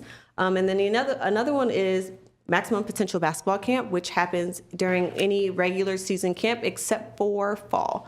So we have one for winter, we have one for spring, and we have 2 for summer. Actually, they're coming up in the next 2 weeks. Aikido classes are Monday, Thursdays, and Saturdays. Mondays and Thursdays from 7 to 8:30, and Saturdays from 10 to 11:30. Maximum Potential classes are held for a week at a time. and it also vary amongst participation. Did I go faster? Okay.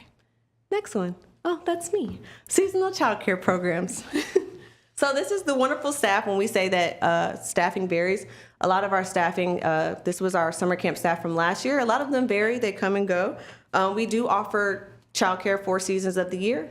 Whenever GUSD is on a break, we offer camp for them. So we offer Thanksgiving break for those 3 days right before Thanksgiving, winter break camp, spring break camp, and currently summer camp. Where our camp goes from ages 6 to 14. In the summertime, we go 4 to 14. We're the only camp that offers 4 camp. Well, the only facility that offers 4 camps a year. We have kinder camp for our 4 and 5-year-olds, the sweet children. And then we have our 6 to 12-year-olds in regular Cool Days camp. And then we have teen camp from 12 to 14. So, little numbers for you. So our camps are offered 4 times a year. This is right here is the last 3 summers of camp, including this summer as well. You'll see how our numbers vary and change. In 2024, we had 10 weeks of camp. In the last 2 years, we've only had 9. You'll see that this year we have 224 kids at the time when I made this enrolled in Before Care for the total of all 9 weeks. We had 43 half-day morning, 1,003 full-day care, 37 half-day care, and 253 afternoon care. So these numbers this year are very large. We have 180 kids in total through all 3 camps in the one facility. As you can see, our numbers have increased over the last 2 years, especially because we've increased the number of participants that we're able to allow in our camps. And you'll see that we have a total number of 1,560 duplicate participants with 307 unique participants they've all enrolled for a week or 2 throughout the camp. And they're not a duplicated person. Same thing for kinder camp. You'll see as well that we've also increased our numbers as well for our care. Oh, my number's off. We'll see that we have 164 full day. We realize that full day is very valuable, especially to kinder care parents, because for a 4 to 5-year-old, parents need childcare. So we've increased the number to full day care to allow more children to be enrolled in full day versus our half day care. That's why you see the decrease in half day afternoon. We allow more children to enroll in full day care. And you'll see that we have 63 unique participants this year, which is more than what we had last year, and a total of 326 duplicated children. And for our traveling teens, this one right here, I take great pride in because I worked very hard last summer to increase these numbers this year. We have 195 participants this year, which is great. This is my 2nd summer working. This year we have quite a few sold out weeks, which I was very proud of. It's great to see that our teens are coming to the camps this year. We have 49 in our before care, 37 in our afternoon care. We don't offer half day care for the teens, but we do only offer full day because they get to go on those wonderful field trips that we plan. And we have 281 duplicated and 59 unique participants. Do we have any questions about summer camp numbers?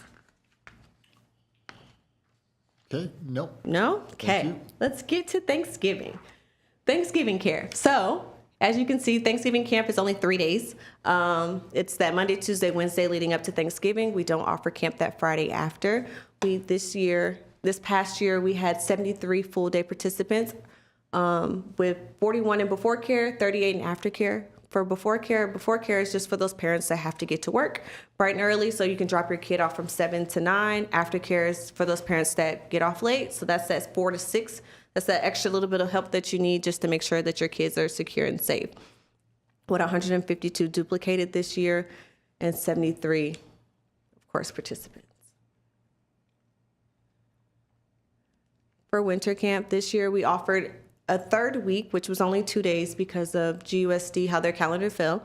So this year we had 231 participants in all 3 weeks of camp, with 84 kids in our before care, 87 in our afternoon care, which is double the number that we had last year, which is actually really great. It was great to see that, with 402 of our duplicated, which is all of those numbers put together, and then our 142 of our unique ones. And then last but not least, spring break camp. spring break camp numbers are kind of the same because it's only a week. So they stay about the same, 42 and before, 43 and after, and then our full day care only holds 90 people. And then so a total of 92 unique participants this year. Okay. Edison After School Club. So Edison After School Club, that is our partnership with GUSD, the CDCC program. We offer childcare from 2 p.m. to 6 p.m. after the kids are out of school. This year, we enrolled 95 kids in the after school program. We take them to snack, and then we provide them with homework help, arts and craft projects, outdoor time. And this year we introduced the Girl Scouts program, which was actually really beneficial to the young ladies in the program. We had a total of 12 girls complete the program, so they also were able to get a free year in the Girl Scouts program after completing the program. Okay, out of programming side, I'm in mobile rec now. So in our mobile rec department, we offer the Glendale Rocks, which is a climbing wall, which is wonderful. Everyone loves Glendale Rocks. We have Pongo, which is Party on the Go, which we are your party captains. We go out to your party and we help with your events. We have Flicks on the Go, which is your movie rentals. And we formerly had an LED screen, which we no longer have. It was taken out of our inventory in May of 2025. So in the year of 2024, 2025, we had 9 permits for the Glendale Rocks, which total of 29 hours. This year we had 5, but we still have many more going. I have one coming up. We just had one for the 4th of July at the Glendale Elks Lodge. We'll have one next week at the Glendale Cruise Night. So we have, our climbing wall gets used very frequently, especially amongst the different departments. If anybody's familiar, we did the Public Works Week. We participated and we put up our climbing wall there as well. Party on the Go, we go to your birthday party and we do the games and the crafts and stuff like that with you. Flicks on the Go, it's a lot of the brand movies at Brand Park, especially in the summertime. And then our LED screen, which we used to use as well, but we no longer have. So, climbing wall. Oh, back to the climbing wall. So the climbing wall is a 26-foot climbing wall. It's portable. We can take it throughout the city of Glendale into a lot of our parks. We don't do private residences strictly because it's kind of hard to put them in someone's driveway or someone's neighborhood. It can hold up to 4 climbers at a time. We have 2 easy sides, a medium and a hard side. And then it can hold up to about 45 climbers per hour. And then as your standard rental package, it's 2 hours of climbing with 2 staff and then all of the climbing equipment. And all of our staff are trained to harness the kids in there, give them their helmets and put on their hairnets and make sure they have the proper shoes and stuff like that. And every parent signs a waiver prior to their kid getting on the climbing wall. What's the cost of that package? The price just went up. It used to be $356. It's now you don't know off the top of your head. I want to say it's like $370 something now at the point. But it's a pretty decent package for 2 hours, and then each additional hour is $106 after that. It's great for a birthday party. Do you get adults wanting to climb that thing? Actually, we did. We did have the adults at the. And you're okay with that? Yeah, as long as it's a weight limit of like 240 pounds, I want to say. But at Public Works Week, we did have some climbers. We did have some Public Works staff that wanted to get on the wall. Thoroughly impressed. Will I get on it? No. No. President Amirian, the cost of the wall is about $366 an hour now. We have to double check as we just updated them. Takes us a minute to rememorize fees as we're changing them on an annual basis. But yes, it's a 40-pound minimum for the climber, up to 240 pounds. And the weight limit is so that the auto belay system that lets you come down nice and softly actually brings you down with your weight. So a 40-pounder or less will not actually come down. We'll have to pull that climber back down, and that's the belay system. Thank you for that. Yes. Mr. Zarukin. Is this the same rock wall we see at Cruise Night? Yes, this will be the exact same climbing wall you'll see. And me. You'll see me there too. So make sure you come say hi. Okay, party on the go.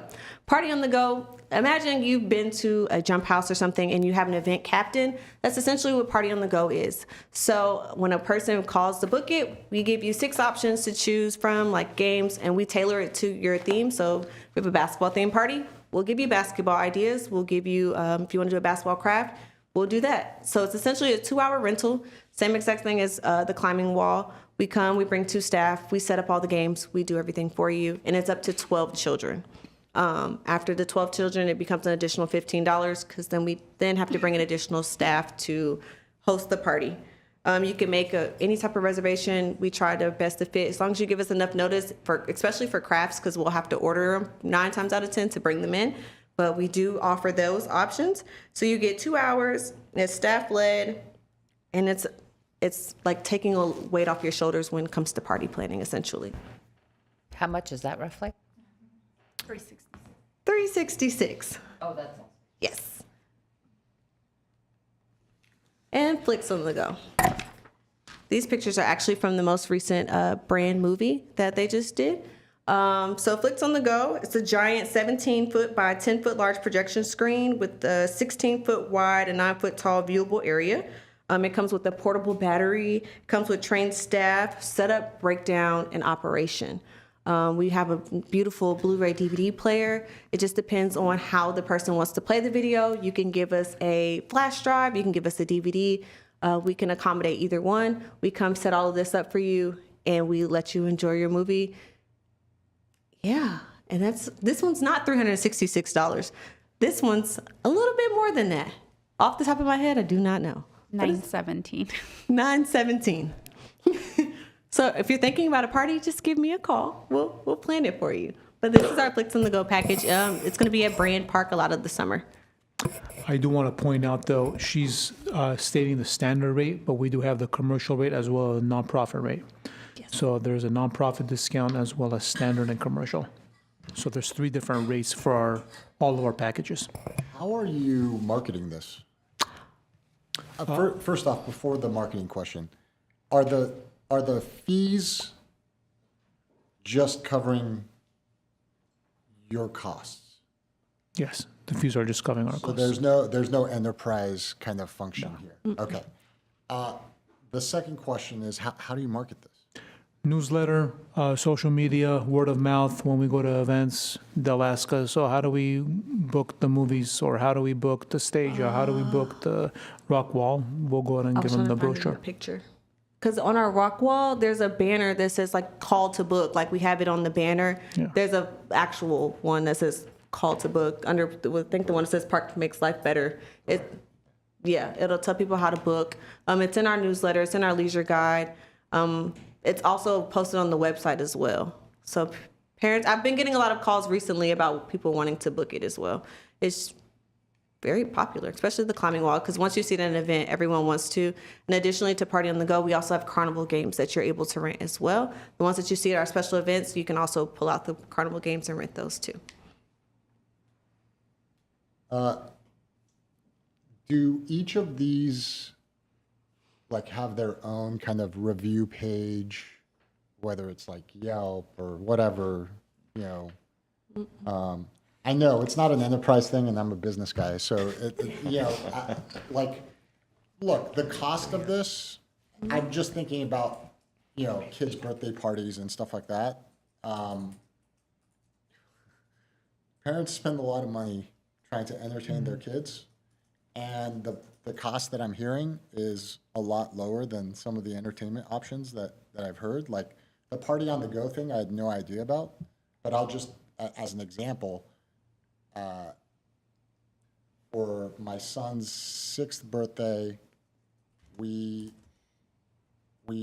rented out one of the parks in Glendale, and then we had like these 2 performer comes and do like science experiments. It was a lot more than $366 for 2 hours. So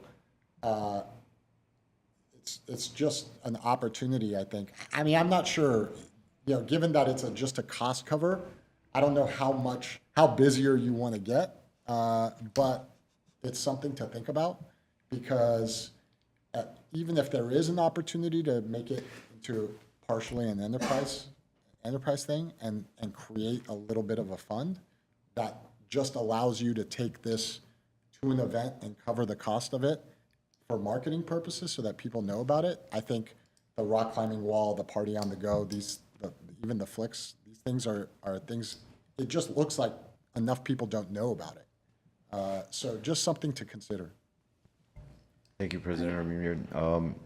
One thing to note, as Krista mentioned, if you could look at the climbing wall photos, one side has the Glendale Rocks climbing wall, book us with its phone number, and then the right side has Party on the Go, book us with its phone number. So every time that rock wall is deployed, those banners are going up. They're about 14 feet tall on each side of the structure there.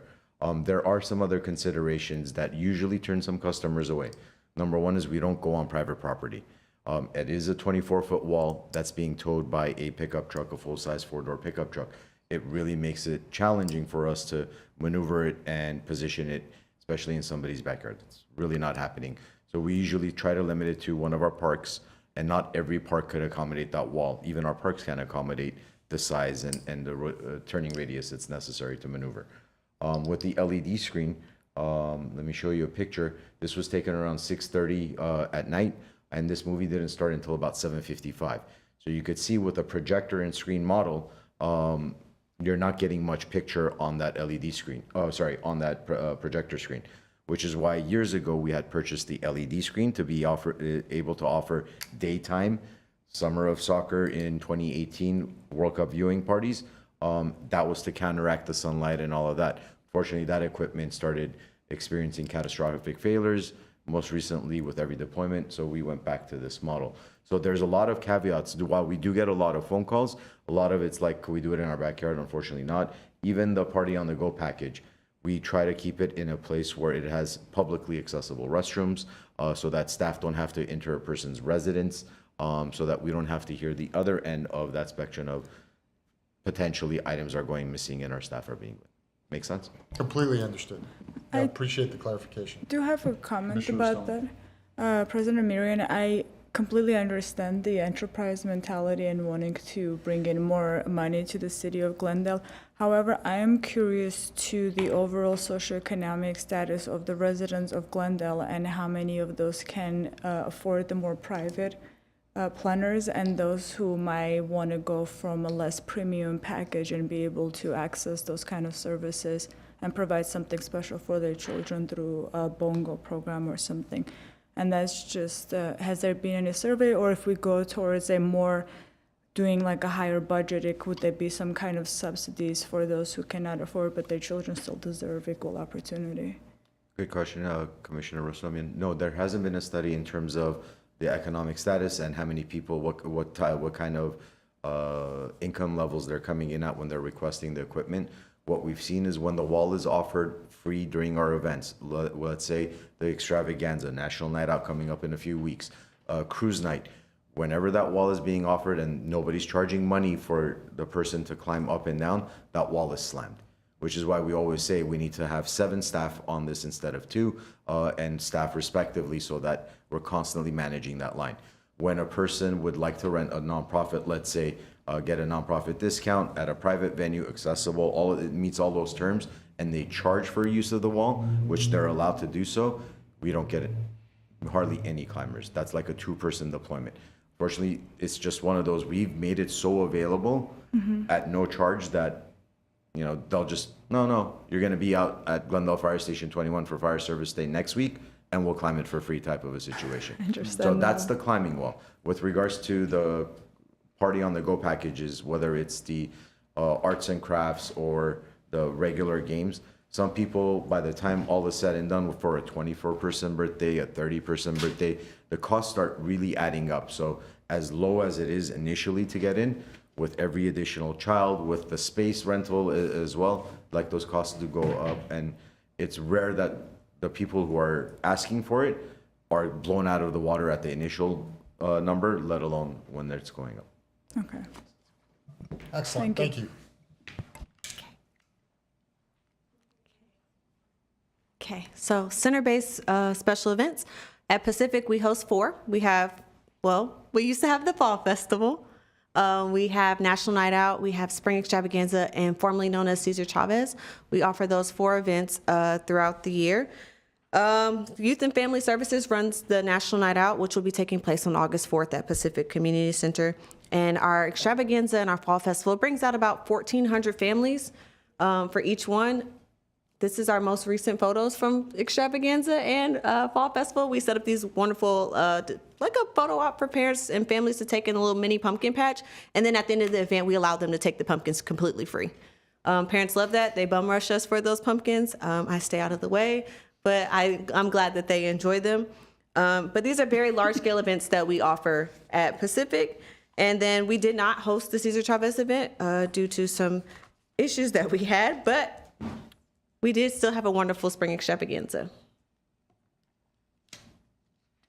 Okay. Facility reservations. So these are our reservation numbers for the past fiscal year and the fiscal year prior to that. Our multipurpose field, like I said, we did close that in October for renovations, and we did not open it up till March. That's why there's such a drastic change in the number in the multipurpose field, as well as our concession stand in 24-25. It was not open due to renovations of the playground to get that new restroom facility. So now we have our concession stand reopened. So this will just reflect all of our most recent reservations. President Armenian, if I may make a recommendation, sorry to interrupt you, Krista. These next couple of slides are going to be very data heavy, and which are all these numbers are in the report. So we could go through them if you would like one by one, or we could just present them and just move forward if you have any questions. No, I think if you make it concise and all of this is included in the packet, it's publicly available. So if we have questions, we'll ask, and if the public has questions, they can find the answers fairly easily. Okay. So then we're just on to fiscal impact now. Now we're on to our budgets versus our actuals. Reminder that these are our actuals from May and not at the end of the fiscal year. So as you can see, our facility rentals, we budgeted for $200,000 and our actuals in May was $172,472. As long with our salaries and benefits, we were well underneath our expenses. We budgeted for $888,000 and we spent $508,000 with a total from $972,000 was our budgeted that we actually spent $608,791. For our camps, we well exceeded our camps. $150,000 we budgeted for. In May, we had $202,300 that we actually made with a donation of $7,500 from the Glendale Rotary Club, which was very gracious of their donation, which also helped us be able to provide scholarships to families to attend summer camp this summer. This is for our contract classes. So we budgeted for, that's for Aikido and Maximum Potential. We budgeted for $9,000 and we actually made $17,199.40, as well as keeping our budgeted salaries under by half. As well as Edison After School Club. This is a big one for us. So we budgeted for $6,700 and we came in with $9,000 with our registration. So it's a $270 fee per month for our private pay families. We get a list from GUSD. So we budgeted for $283,000. We actuals $217,000, but that's because we were still waiting on our final payments from GUSD to cover that cost. As well as our salaries, we were $100,000 below what our salaries were anticipated. And mobile rec. Same exact situation. We budgeted for $3,000. Our actual is $5,400. As well with our salaries are still slightly under as well. Okay. Special events. So our fall festival, formerly known as Cesar Chavez, and our spring extravaganza. You can see that we budgeted for $5,700. We used $2,164 as well. So we budgeted total for $10,000 and we spent $6,000. For formerly known as Cesar Chavez, even though we did not have the event in preparation for the event, we did spend just a little in supplies to prep for it before it was canceled. And for Spring Extravaganza, we budgeted for $11,000 and we spent $4,000.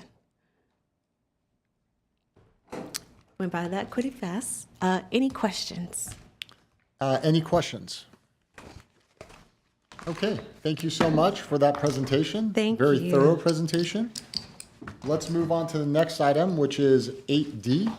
At 8D, we have Park Services Section Monthly Activity Report for April 2026 and May 2026.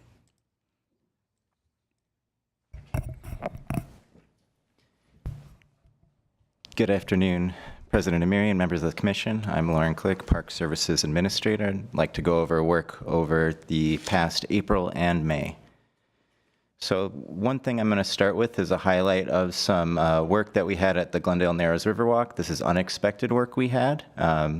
So unfortunately, we had a series of graffiti events that occurred, and so I wanted to highlight staff's hard work at getting through that that graffiti incident. So there was a significant amount of graffiti in this area. Of course, police was contacted. There have been some cameras set up, and we haven't seen a reoccurrence at that level since this point, which, again, this was in April, so it's been a number of months since that. But just starting with highlighting some of the individual incidents of graffiti vandalisms. So you'll see over the course of April 30, over the course of May 29, different incidents. Of course, not every incident's the same. Some might be graffiti, like you saw at the Glendale Narrows Riverwalk. Sometimes it's somebody cut a lock because they wanted to play tennis. And so, of course, the staff response and police response may vary based on that. But wanted to highlight the good work staff's doing.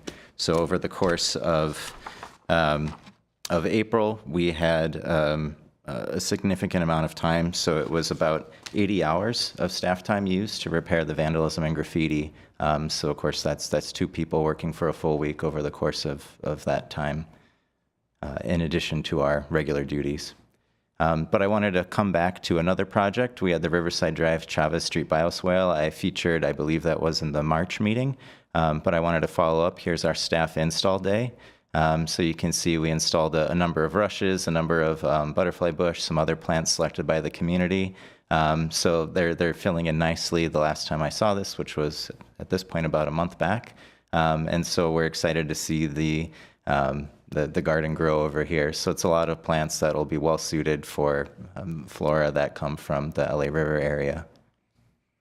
Wanted to highlight again some non-routine work at the Green Cross Trail behind Brand Park. That's one of our heavily used trails. Unfortunately, there was a little bit of a mix of wear and tear and a mix of vandalism on our split rail fence. And so staff had installed that not long ago, and they just went and reinstalled that fence. But that took about a day and a half worth of labor to fix the trail up and repair the split rail fence. And if you take that trail, you see some of the signs that I think, I can't recall the specifics, but to breathe, I know we have at Duke-Majan, so those are the similar signs. So again, one of our most heavily used trails that we see people coming in the morning. I wanted to highlight again another project at the sports complex. This was a significant repair. We had a mainline break that kept on breaking. There's a significant change in elevation in this area of the facility. And so staff had to install a thrust block, and pour a base and install a way for the water to stop breaking this main line frequently. And so staff had to dig quite deep. They resolved that, and we expect the problem to be solved. But that was a numerous, many-day project. I'd also like to highlight some work we did at Duke-Majan Park to the completion of this project. I'd previously updated on the pervious pavement project, where we'd previously had a lot of DG, decomposed granite trail, washing off. And so staff came in, we poured our base rock, we leveled it out, and you can see the pervious pavement coming in here. So staff leveled this out. It was a long project. I think the finished product looks great. There's going to be some landscaping improvements come fall once we can plant some of the native plants that don't handle the summer irrigation as well. But it's a great path. We're excited to see how it performs once we get the rainy season and move on from there. Also wanted to highlight another project we did up at Duke-Majan, where there's a memorial bench. This is a nice bench located by the upper meadow at the start of the Mummy Rock Trail. So good place for a bench. I've sat in it a few times and highly recommend it. And those are the updates from Park Services. Excellent. Opening, any comments or questions? I have comments/requests.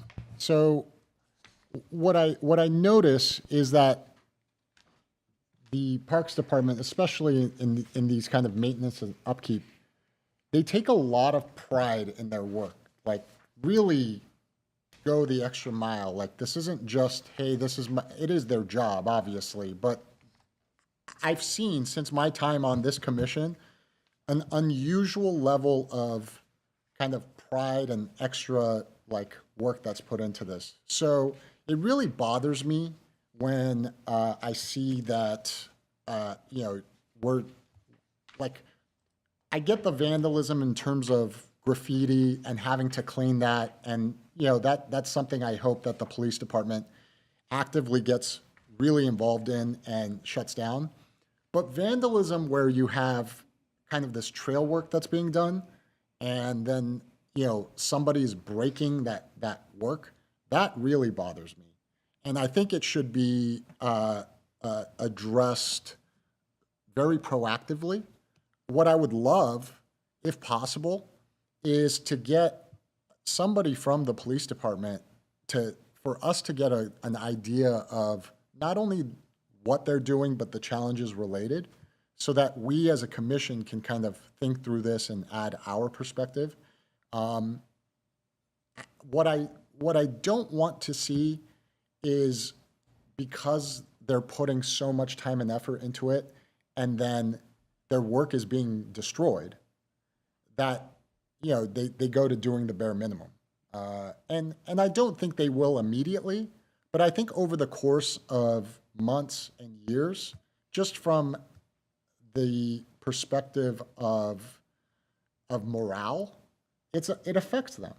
And so anything that we can do as a commission in order to support making sure that when people are putting extra effort and work in, that when that is damaged, that we throw as many resources as we can reasonably in order to mitigate those types of recurring issues, I think we should. So I would love if we'd be willing to have somebody, this isn't urgent, but I think it is important to have somebody from police come and explain kind of what the challenges are here, and give us a little bit more perspective from the police side, so that as a commission, we might be able to add our perspective to that. President Amirian, members of the commission, what I'll do is I'll talk to Chief William and see if he can have a patrol captain, lieutenant, or maybe someone from their community policing unit make a presentation within the next couple meetings. Let it be maybe September or October meeting, on see what type of enforcement they do and what they do when basically there's a call in. Like Lauren had mentioned, we do file and call and make a police report on all of our vandalism. Let it be graffiti, irrigation heads being taken away, locks being broken. We always call PD, so there's a paper trail. So when PD sees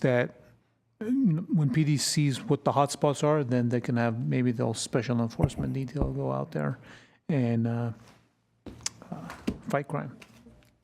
Thank you. Commissioner Kelly? I was just going to say thank you for raising, and I full-heartedly support your comments. I think my fear is that sometimes this gets normalized, oh yeah, we're going to have X amount of graffiti. And so when you normalize it, then you accept it. And so that would be great. But I would say one thing I would not want us to see is putting cameras everywhere, so we're kind of infringing on civil liberties a little bit. It's been a theme in my family this week. We're noticing a lot more cameras. So just, thinking of a balance. I don't want to take away from your comments. I think they were spot on. I'd love to hear from what the police have to say. We shouldn't normalize vandalism. Thank you. Commissioner Rossoni. Agree with both of you, echo both of your sentiments. And just to add to it, if we can focus on preventative that is not surveillance preventative, just to understanding if that could be a focus, because the goal is to prevent it, and if that could be just added to that. Sure. Thank you. Yeah, and I'm all for civil liberties, but these are public spaces. So I have no expectation of privacy in the public space, nor should anybody. And so if I'm not saying that is the only mitigating option, But if that is the best way to do it, then I'm open to hearing that. And I'm open to hearing what kind of objections there might be. You know, because if you set up a camera what's in a public space and then it peers into a private space, you know, maybe people feel some sort of way about that, and I understand that completely.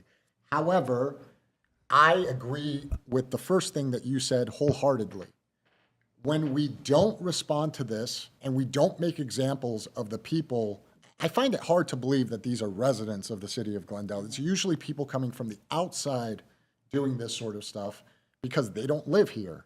And for some reason, they can't, understand that their actions have effects on everything. But if we don't respond, then what ends up happening is it just becomes a normal occurrence, and it's almost encouraged. And so let's fix the broken windows and mitigate those issues, because Glendale is a jewel city, and I'd like it to remain that way. Chair Amirian, members of the commission, I do want to point out that we do have a number of our facilities that have cameras that are pointed in the park. Adams being one of them, Wilson, Mini Park, Griffith Manor, as well as Fremont.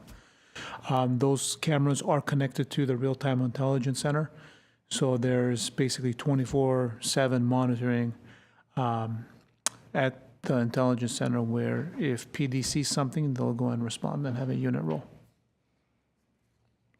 Thank you. Okay, let's move on to 8E, last but certainly not least.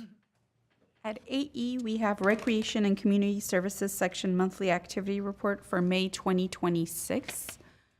And to kind of speed this up, I know it's been a really long meeting. The report does provide the details on the programs that we have had. So unless you have any questions for staff, we were just gonna skip to upcoming programs and events. So if you have any questions, we'll be happy to go back and answer. Commissioner, ex officio Commissioner Zergian. Could I also comment on... Turn on your microphone. Thank you. Could I also comment on the last the sure. graffiti? Yeah.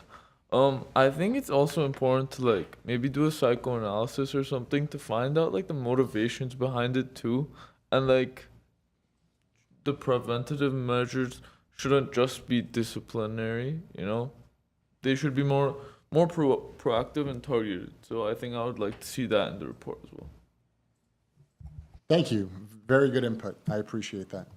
Okay, and we're open to that. So, go ahead through your presentation, and then we'll ask questions and offer comments at the end. Sure. Good afternoon, Commissioner. So we're going to go straight to upcoming programs and events, and I'm actually going to fast forward that part too. I just want to touch some big events that are happening in the next month through our next meeting. First one is this Friday, July 10. This will be at Pacific Community Pool, and we are hosting a dive-in movie. We moved up the summertime event towards the end of summer to the middle of summer to hopefully encourage participation. The movie screen will be set up on the pool deck, that same movie screen we were talking about, and the feature will be Monsters, Inc. Next, forgive me for scrolling through. There it is. Our next major event that is taking place is next Saturday, not this upcoming one, the one after, July 18. It is our annual cruise night from 5:30 to 10:30 on the Brand Boulevard of Cars. Just before that, we are having a summer of soccer viewing party on Artsakh Paseo from 1:30 to 4:30, and then going right into cruise night right after that. Artsakh Paseo, and where the mobile recreation stuff is on the south side of the event, it's just a walkover. So you're welcome to join us for both events. And moving on from there, we have our next movie at Brand, Outdoor Movies at Brand Park, Classic Films Under the Stars on July 25, which is the following Saturday. We have National Night Out coming up on the first Tuesday of August, as in every year, which is going to be August 4. Numerous parks are being used for this event, including Pacific Park, where if you don't have a National Night Out to go to in your local neighborhood, there isn't one being organized, our residents are more than welcome to come to Pacific Park. It will accept anybody. Everything you have at your local National Night Out at your local facility or park or venue, we will have at Pacific as well. And lastly, July is Parks Make Life Better month. So with the help of our friends at GTV6, we've prepared a video that we are going to be posting on social media after next week's council meeting, where we go and accept the proclamation. Before we start that, that's fine. While we're getting the video up and running, all of our information and upcoming events are on our website, glendaleca.gov/CSP calendar. Hope you enjoy the video. I'll stick around for any questions if you have any. Every journey begins somewhere.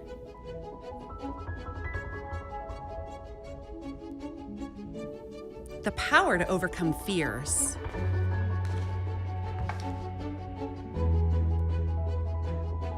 The power to bring families together.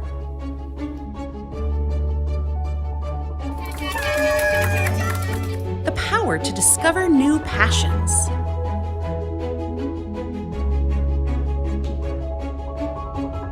The power to build confidence.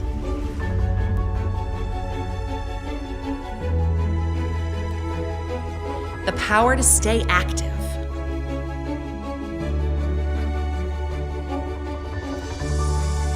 Power to connect with nature.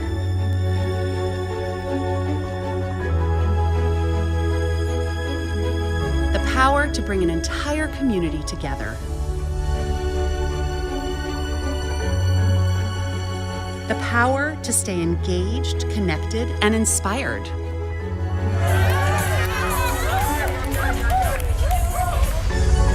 For generations, parks have helped shape Glendale.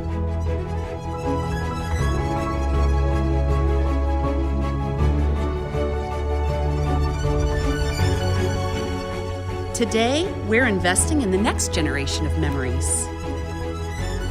The power to play, the power to learn, the power to connect, the power to thrive, the power to transform communities. Parks make life better.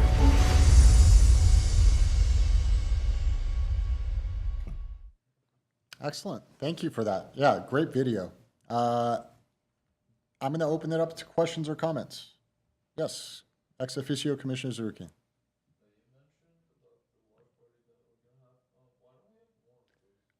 Would you just, before we get a phone call. Forgetting. Yeah. Why don't we have more watch parties? That's a very good commissioner, ex officio commissioner. So the watch parties also have a cost associated with it. While we are being fiscally responsible and having to reduce some of our expenditures for the upcoming fiscal years, we have to be mindful of what else we could add on to that while we're simultaneously trying to balance our budget. Unfortunately, daytime watch parties, which is when most of these games are happening, require the rental of an LED screen. An LED screen we used to own are no longer able to have, so we're limited to one. And that one was in large part thanks to a donation through LA County Supervisor for the 5th District, Catherine Barger's office. Commissioner Rostami? Mr. Garubian, thank you for the presentation. I have one specific question, since especially I noticed that the fitness budget was cut at the Pacific Center. If I recall it correctly, that was the number of participants have been reduced at the Pacific Center. Then we can scratch that. My comment is the following. I know that Kaylin Zarin from Equinox hosted the fitness class at the Fremont Park in May, and I wanted to ask, if you have any feedback or what has been the response from the community and whether those kind of efforts should be continued, and if there is other opportunities of including with the senior fitness workout wellness or just open for all ages. Any feedback or anything from that? Thank you, Commissioner Rosserman. Unfortunately, we haven't received any kind of feedback, good or bad, from the event with Equinox. To date, we are open to redoing that event one more time and seeing what kind of feedback we get. We need to follow up with Equinox as well to see if they were able to gain any interest with any memberships or signups like that. So we will follow up with them, and then we could come back and let you know. Great, thank you. Any other questions, comments? Okay, thank you very much. Thank you. Okay, we are now at adjournment. We are adjourned. Good luck to the United States. Have a great afternoon, everybody.